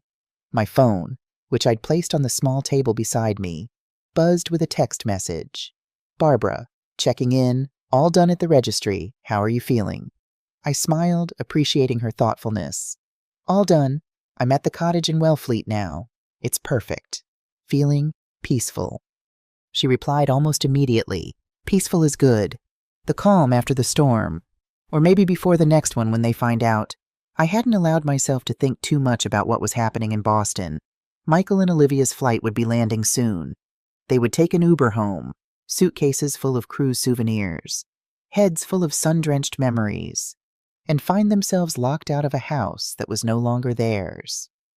Whatever happens next is up to them, I texted back. I've done what I needed to do for me. Barbara's response made me smile. Damn right you have.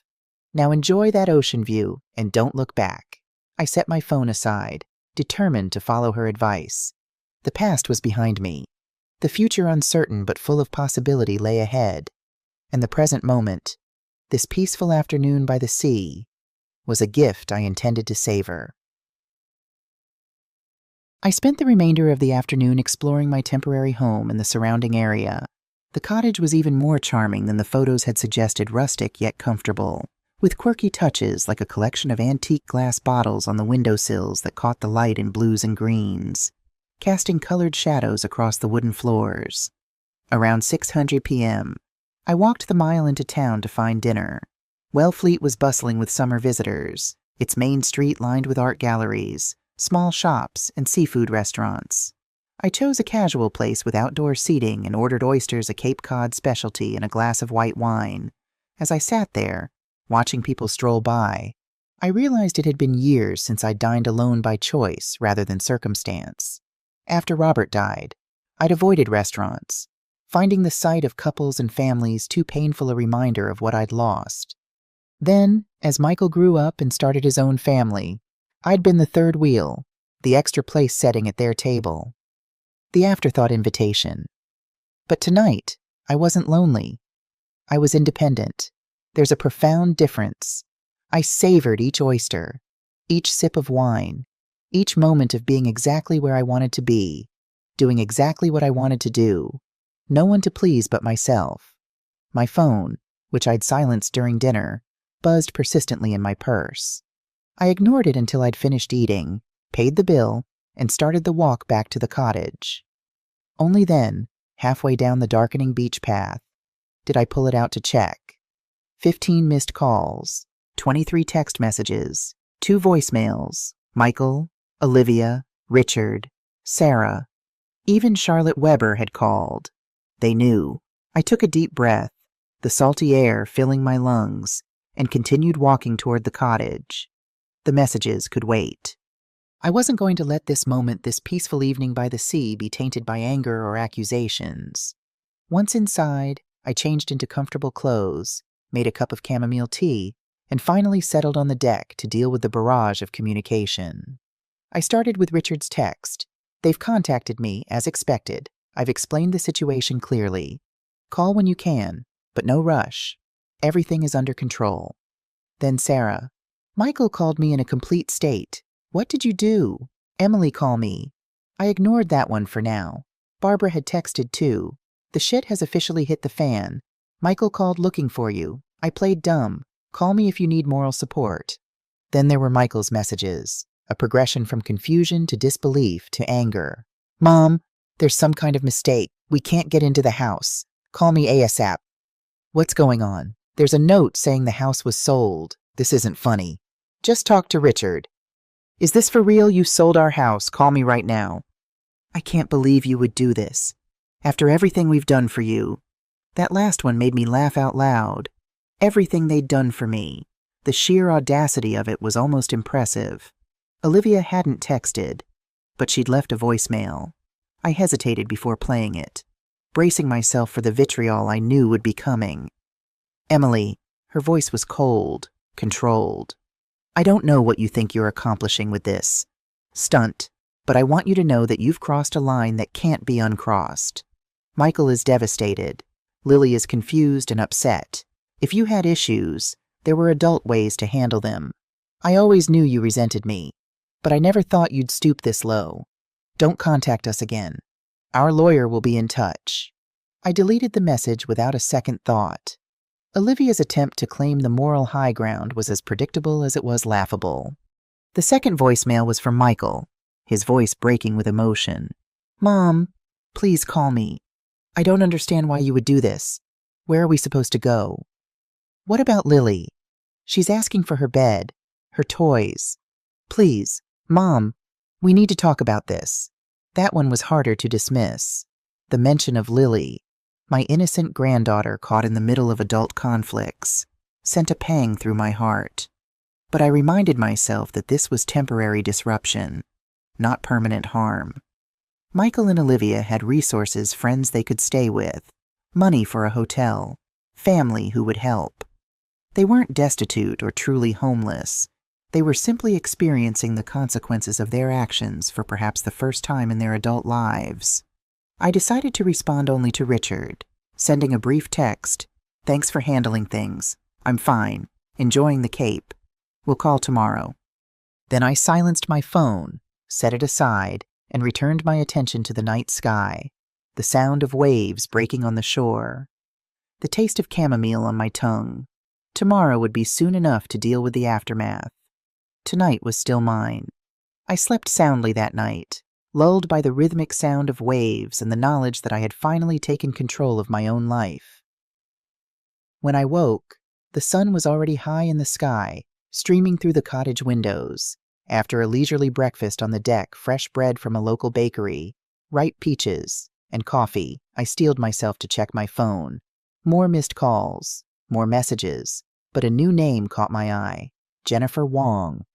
"Emily, just want to let you know that Michael and Olivia showed up at our office this morning, demanding to know where you are. We didn't disclose your location. Of course, the Taylors have allowed them to begin removing personal belongings today, with supervision. Thought you should know." I appreciated Jennifer's discretion and the update on the situation. At least Michael and Olivia would be able to retrieve their things, which was more consideration than they'd shown me when they'd left me standing at that cruise terminal. Next, I called Richard, who answered on the first ring. "Emily, good morning. I was hoping you'd call." "I'm sorry I didn't get back to you last night," I said. "I needed some time to process everything." "Completely understandable. You've been through a lot." "How bad is it?" I asked, bracing myself for the answer. Richard chuckled softly. "Well, I've had more pleasant meetings. I'll say that. Michael and Olivia arrived at my office first thing this morning with Charlotte Weber in tow. They're threatening legal action. Of course, though Weber knows they don't have a case. It's more bluster than substance." "What kind of legal action?" "They're claiming coercion, fraud, undue influence, throwing everything at the wall to see what sticks. But the facts are clear. You were the legal co-owner. You had every right to sell, and all proper procedures were followed. They're just angry and looking for someone to blame besides themselves." I sighed, gazing out at the ocean. "I never wanted it to come to this, Richard. I just wanted them to understand that they couldn't keep taking from me while excluding me from their lives. I know, Emily, and for what it's worth, I think Michael is beginning to realize that Olivia is another story. She spent most of the meeting trying to portray you as a vindictive, mentally unstable woman acting out of spite. But even Charlotte Weber seemed uncomfortable with that narrative. And what happens now? Now they find a new place to live. The Taylors have generously allowed them a week to remove their belongings, but they can't stay in the house. I understand they're temporarily staying with friends. And Lily, my granddaughter." Richard's voice softened. "Michael did mention her. She's confused. Of course, children thrive on stability, and hers has been disrupted. But children are also resilient. She'll adjust to their new living situation, wherever that ends up being." After thanking Richard for his update and support, I made one more call to Barbara. There she is. Barbara's cheerful voice was like a tonic. "How's life on the Cape?" "Peaceful," I said. "At least until I checked my messages this morning. Ah, yes. Hurricane Michael and Tropical Storm Olivia made landfall. I take it, I couldn't help but laugh at her weather analogy. "Something like that. Richard says they're threatening legal action." "Of course they are," Barbara scoffed. "People like Olivia always think they're above consequences. But it won't go anywhere. You did everything by the book." "I know. I didn't expect to feel so guilty, Barbara suggested. Emily Smith, you stop that right now. You have nothing to feel guilty about. They brought this on themselves with years of disrespect and manipulation. Not guilty, exactly, I clarified, searching for the right word. More like sad. Sad that it had to come to this. Sad that my relationship with my son has been damaged. Maybe irreparably. Barbara was quiet for a moment. The relationship was already damaged. This just brought it to the surface. And sometimes things need to break completely before they can be rebuilt properly. Her words resonated with a truth I hadn't been able to articulate. You're right. I just hope that rebuilding is possible. Eventually, for Lily's sake. If nothing else, give it time, Barbara advised. Right now, they're in shock and anger mode. Let the dust settle. Focus on yourself for once. Lord knows you've spent enough years focusing on them. After our call, I decided to take Barbara's advice and focus on enjoying my day. I walked into town again, this time visiting the art gallery where the Taylors had given me a gift certificate.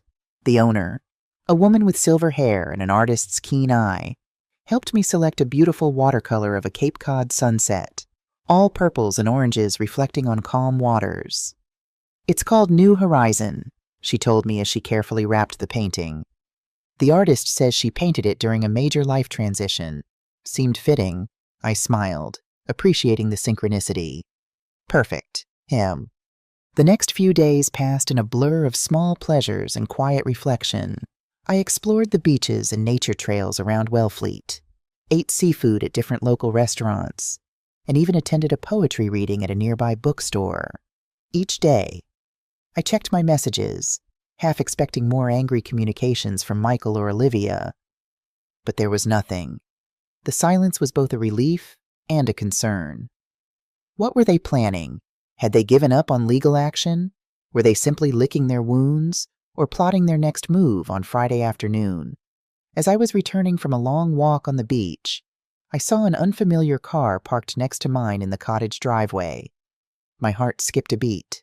Had Michael found me? As I approached cautiously, the driver's door opened and Sarah stepped out. Before you say anything, she began, holding up her hands in a placating gesture. I'm not here to lecture you or take sides. I just wanted to check on my sister. I stood there, beach sand still clinging to my feet, hair tangled from the wind, unsure how to respond. Sarah and I had always been close growing up, but our adult lives had taken different paths. Her marriage to Tom had been stable and comfortable, their 2 children well-behaved and successful. She'd never faced the challenges I had raising a child alone after becoming a widow at 40, building a career while being a single mother, navigating the often painful dynamics of being the extra in her child's new family.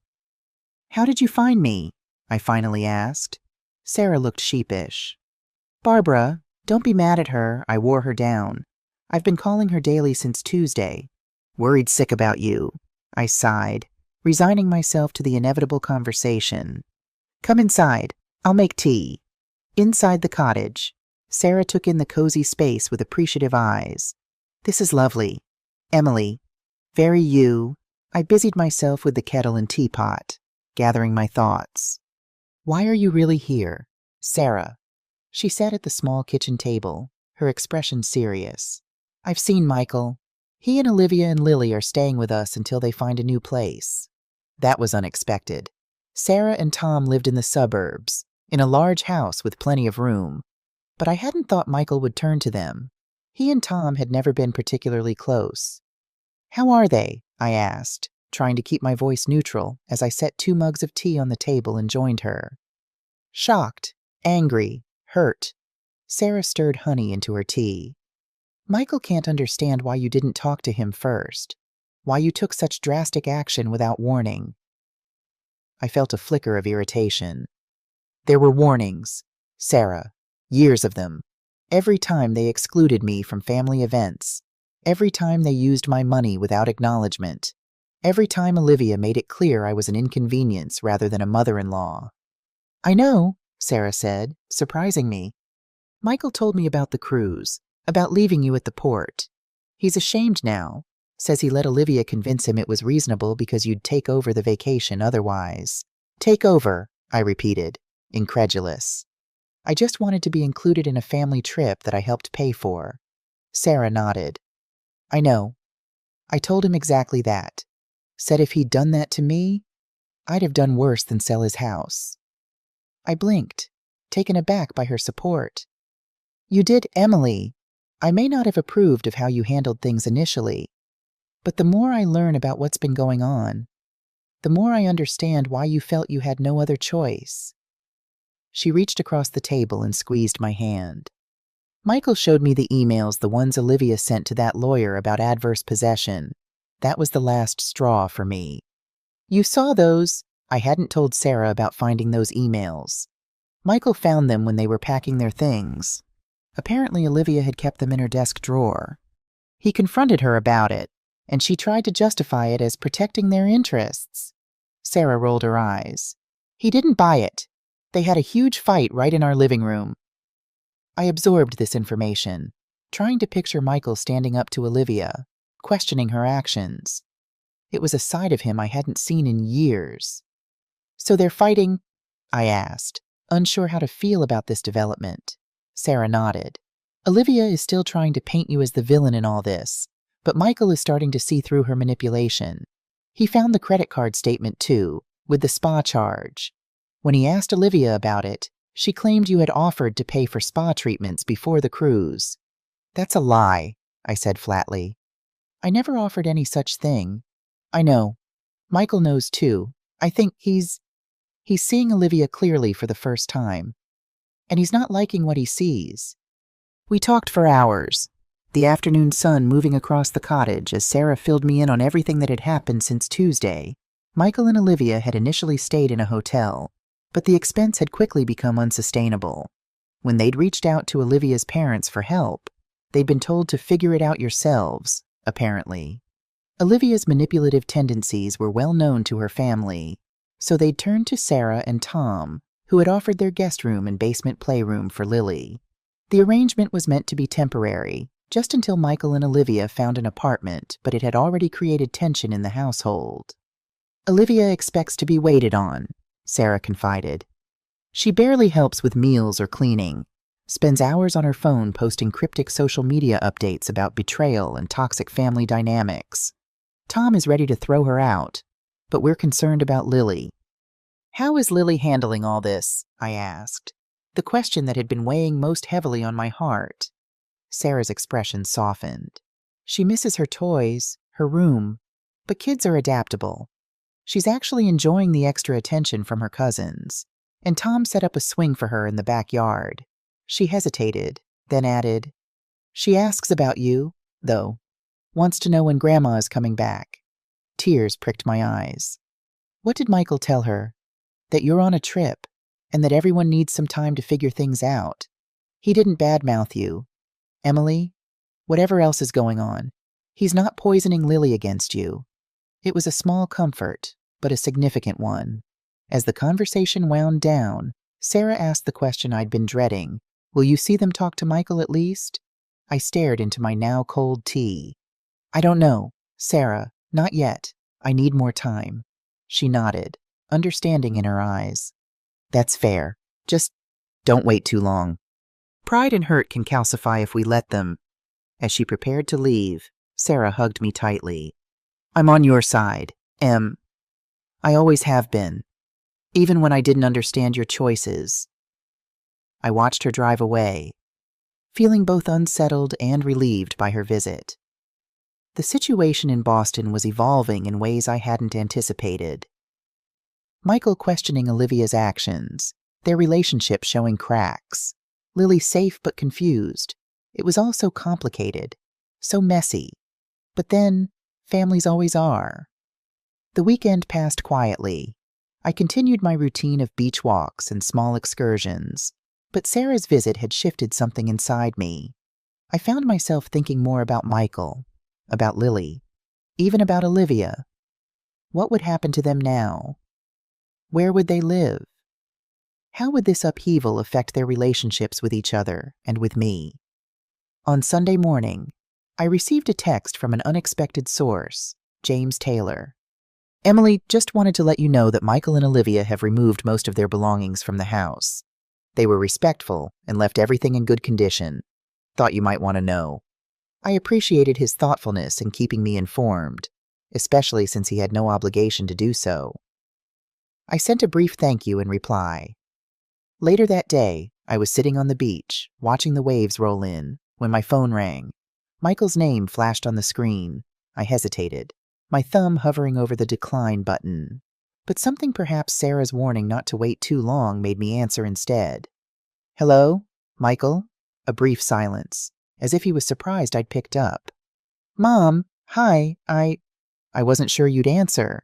I almost didn't, I admitted, keeping my voice neutral. I understand. He paused, and I could hear him taking a deep breath. Mom, I need to talk to you, not over the phone, face to face. I'm not ready for that. Michael, please, Mom, just hear me out. I'm not angry anymore. I just want to understand. And I want you to understand some things too. I watched a seagull dive into the water, emerging with a small fish in its beak. What things? Things about me and Olivia. About why I've been the way I've been. I need to explain and apologize, and his voice cracked slightly. I miss you, Mom, and Lily misses you too. The mention of Lily, as always, tugged at my heart. Where is Lily now?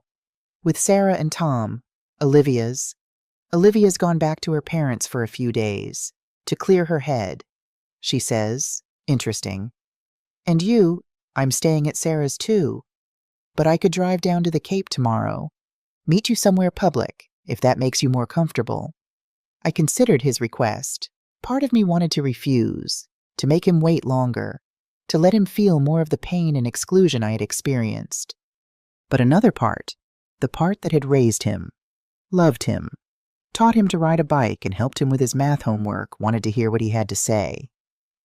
There's a cafe in Wellfleet, on Main Street, I said finally. The Blue Willow. Tomorrow at noon. The relief in his voice was palpable. I'll be there. Thank you. Mom, after we hung up, I sat on the beach until the sun began to set, thinking about what I wanted from this meeting. Apologies, yes. Acknowledgement of the pain he'd caused, certainly. But more than that, I wanted honesty. I wanted to understand how my loving son had become someone who could leave his mother standing alone at a cruise terminal. The next morning dawned clear and bright, a perfect Cape Cod day. I dressed carefully in white linen pants and a blue blouse, casual but put together. This wasn't about impressing Michael or appearing vulnerable. It was about meeting him as an equal, a woman who respected herself enough to demand respect from others. I arrived at the Blue Willow 15 minutes early, selecting a table on the outdoor patio where I could watch for Michael's arrival. I ordered an iced tea and tried to calm my racing heart. At precisely noon, I saw him walking up the street, my son, looking more haggard than I'd ever seen him. His usual confident stride was absent, replaced by a slightly slumped posture. He spotted me and raised his hand in an awkward half-wave. Hi, Mom, he said as he reached the table, hesitating before taking the seat across from me. Michael, I acknowledged, studying his face. There were dark circles under his eyes, and he looked like he'd lost weight since I'd last seen him just 2 weeks ago.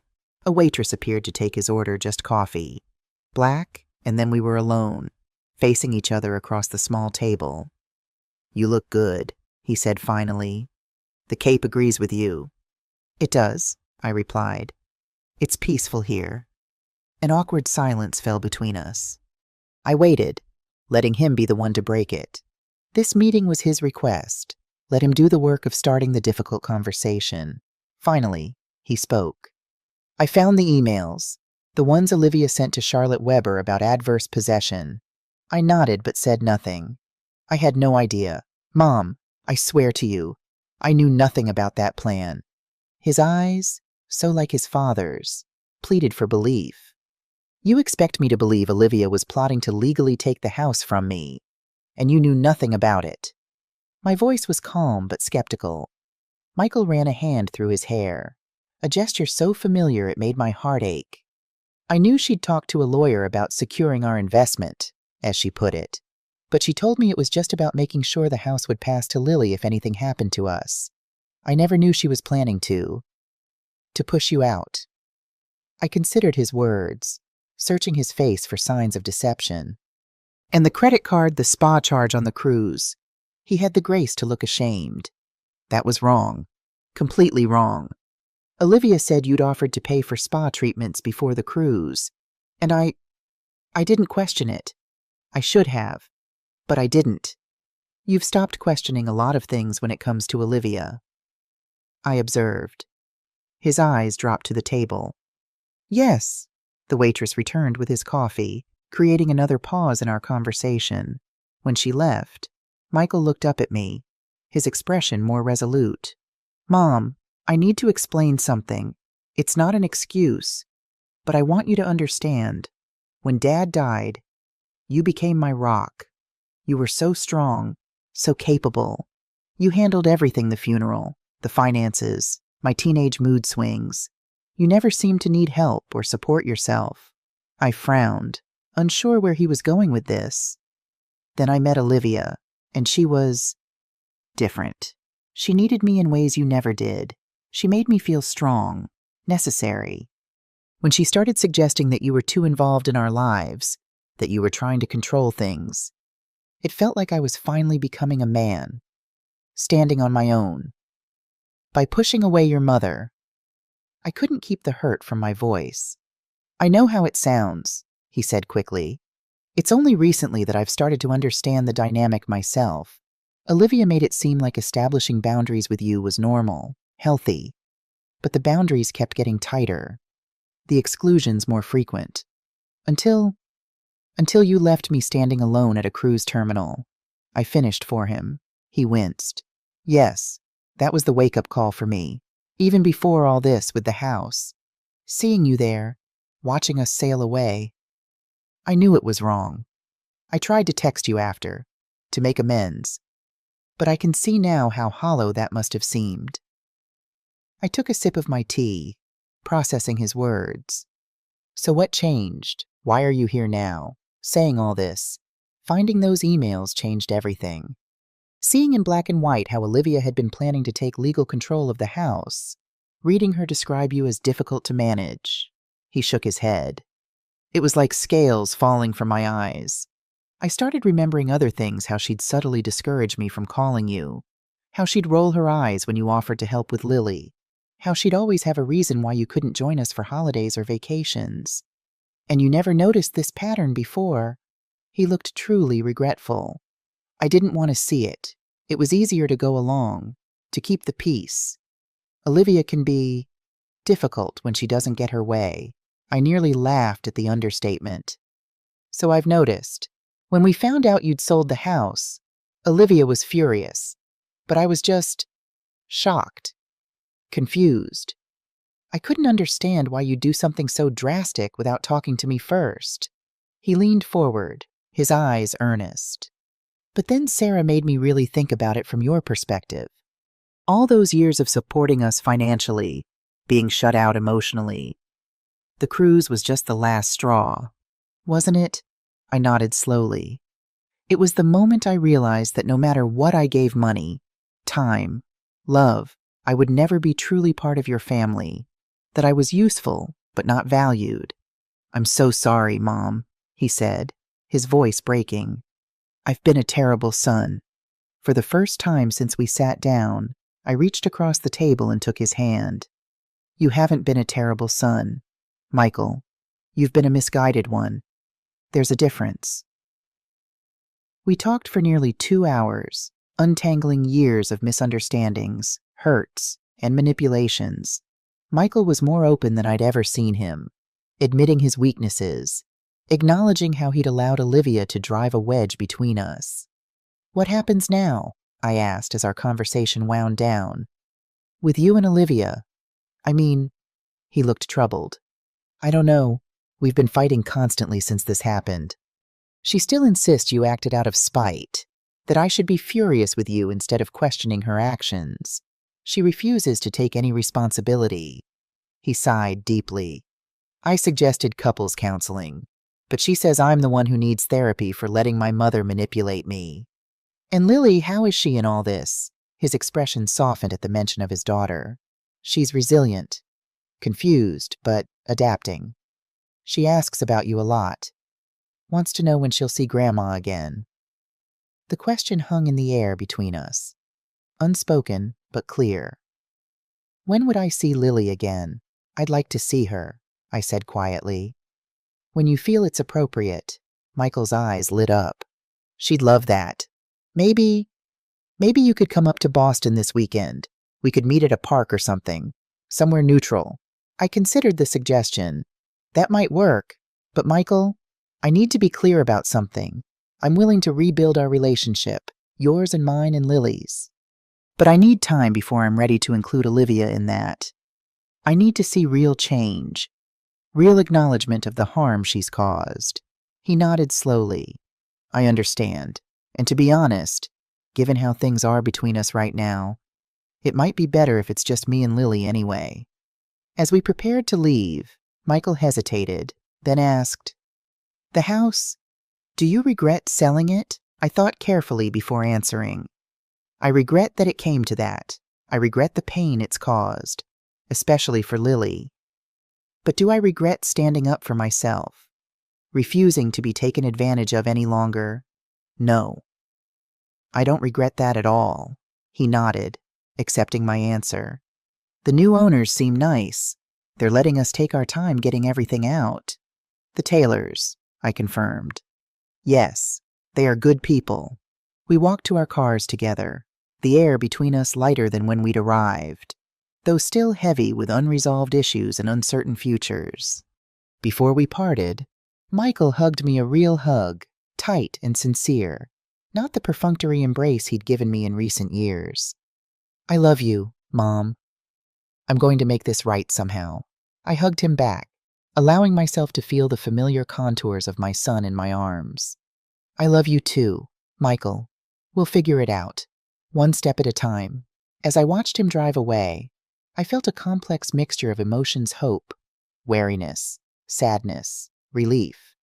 Our relationship had been fractured, perhaps irreparably in some ways, but there was also the possibility of something new emerging from the wreckage, something healthier and more honest than what had existed before. Only time would tell. The remainder of my month on Cape Cod passed in a blur of small pleasures and quiet reflection. I met Michael and Lily at a playground in Boston as planned, a reunion filled with Lily's excited chatter about her cousins and the swing set Uncle Tom had built for her. Watching her play, her blonde curls bouncing in the sunlight, I felt a surge of gratitude that this precious relationship, at least, could be preserved. Michael and I established a new rhythm: phone calls every few days, honest conversations about his situation with Olivia, which continued to deteriorate, and plans for more visits with Lily. He had found a small apartment near Sarah's house and was preparing to move in alone, a trial separation that Olivia had reluctantly agreed to after weeks of escalating conflict. I need space to figure things out, he explained during one of our calls, to understand how I let things get so twisted between us, between you and me, between everyone. I supported his decision, though I was careful not to gloat or express satisfaction at the troubles in his marriage. Whatever happened between Michael and Olivia was their journey now. My focus was on rebuilding my relationship with my son and granddaughter.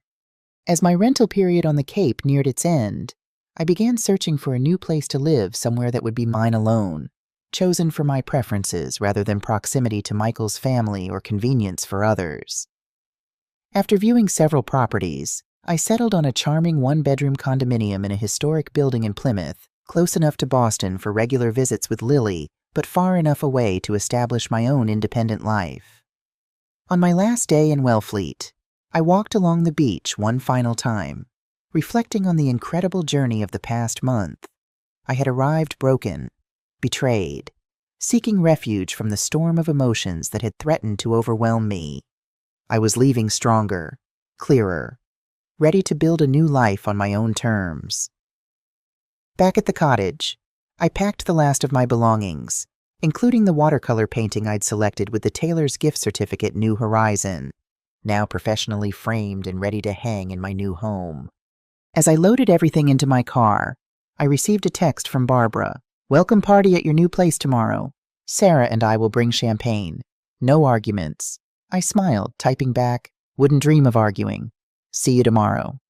The drive to Plymouth took just over 2 hours. Traffic light on this weekday afternoon.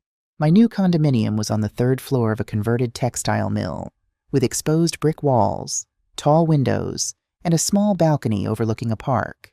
The building had been updated with modern amenities while preserving its historic character, much like I was doing with my own life. I reflected. The moving company had delivered the few pieces of furniture I'd kept from my Boston apartment the day before, arranging them according to my instructions.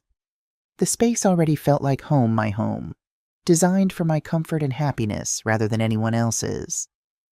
I spent that evening unpacking essential items and arranging my small kitchen. Around 8:00 p.m., my phone rang Michael. "Hey, Mom, just wanted to check that you arrived safely." "I did. The place is perfect. You and Lily will have to visit soon." "We'd like that," he said, and I could hear the smile in his voice. "Lily's been working on a drawing for your refrigerator in the new place." We chatted for a few minutes about practical matters, my new address, the best route from his apartment, the park nearby that Lily would love.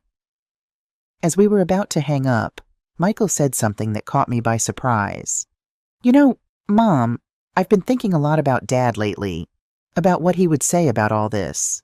Robert had been gone for 12 years, but his presence still lingered in our lives, especially in moments of significance. "What do you think he would say?" I asked softly. Michael was quiet for a moment. "I think he'd be proud of you, for standing up for yourself, for refusing to be taken for granted. Dad always said you were the strongest person he knew, and he was right." Tears pricked my eyes. "Thank you for saying that, Michael. It's the truth, and I think he'd be disappointed in me, for losing sight of what matters, for forgetting the values you both taught me." "Your father wasn't one to dwell on disappointments," I reminded him. "He believed in learning from mistakes and moving forward." "I'm trying to do that," Michael said, his voice determined. "To be the man he raised me to be, the son you deserve." After we hung up, I sat on my new sofa, looking out at the twinkling lights of Plymouth through my windows, thinking about Robert, about Michael, about the long, winding path that had led me here. The next morning, Barbara and Sarah arrived as promised, arms loaded with champagne, flowers, and enough food to feed a small army. We spent the day laughing, arranging furniture, and hanging pictures, turning the condominium from a space into a home. To Emily, Barbara toasted as we finally collapsed onto the sofa with our champagne flutes. Who taught us all that it's never too late to start over, to demand respect, to rebuild on your own terms? To Emily, Sarah echoed, raising her glass, my brave big sister, who had the courage to lose everything in order to find herself. I looked around at my new home, at these women who had supported me through the darkest time of my life, and felt a profound sense of peace. The journey hadn't been easy. The pain hadn't been simple, but I had emerged stronger, wiser, more authentically myself than I had been in years. To new beginnings, I said, raising my own glass, and to the wisdom that sometimes comes only after the fortress falls.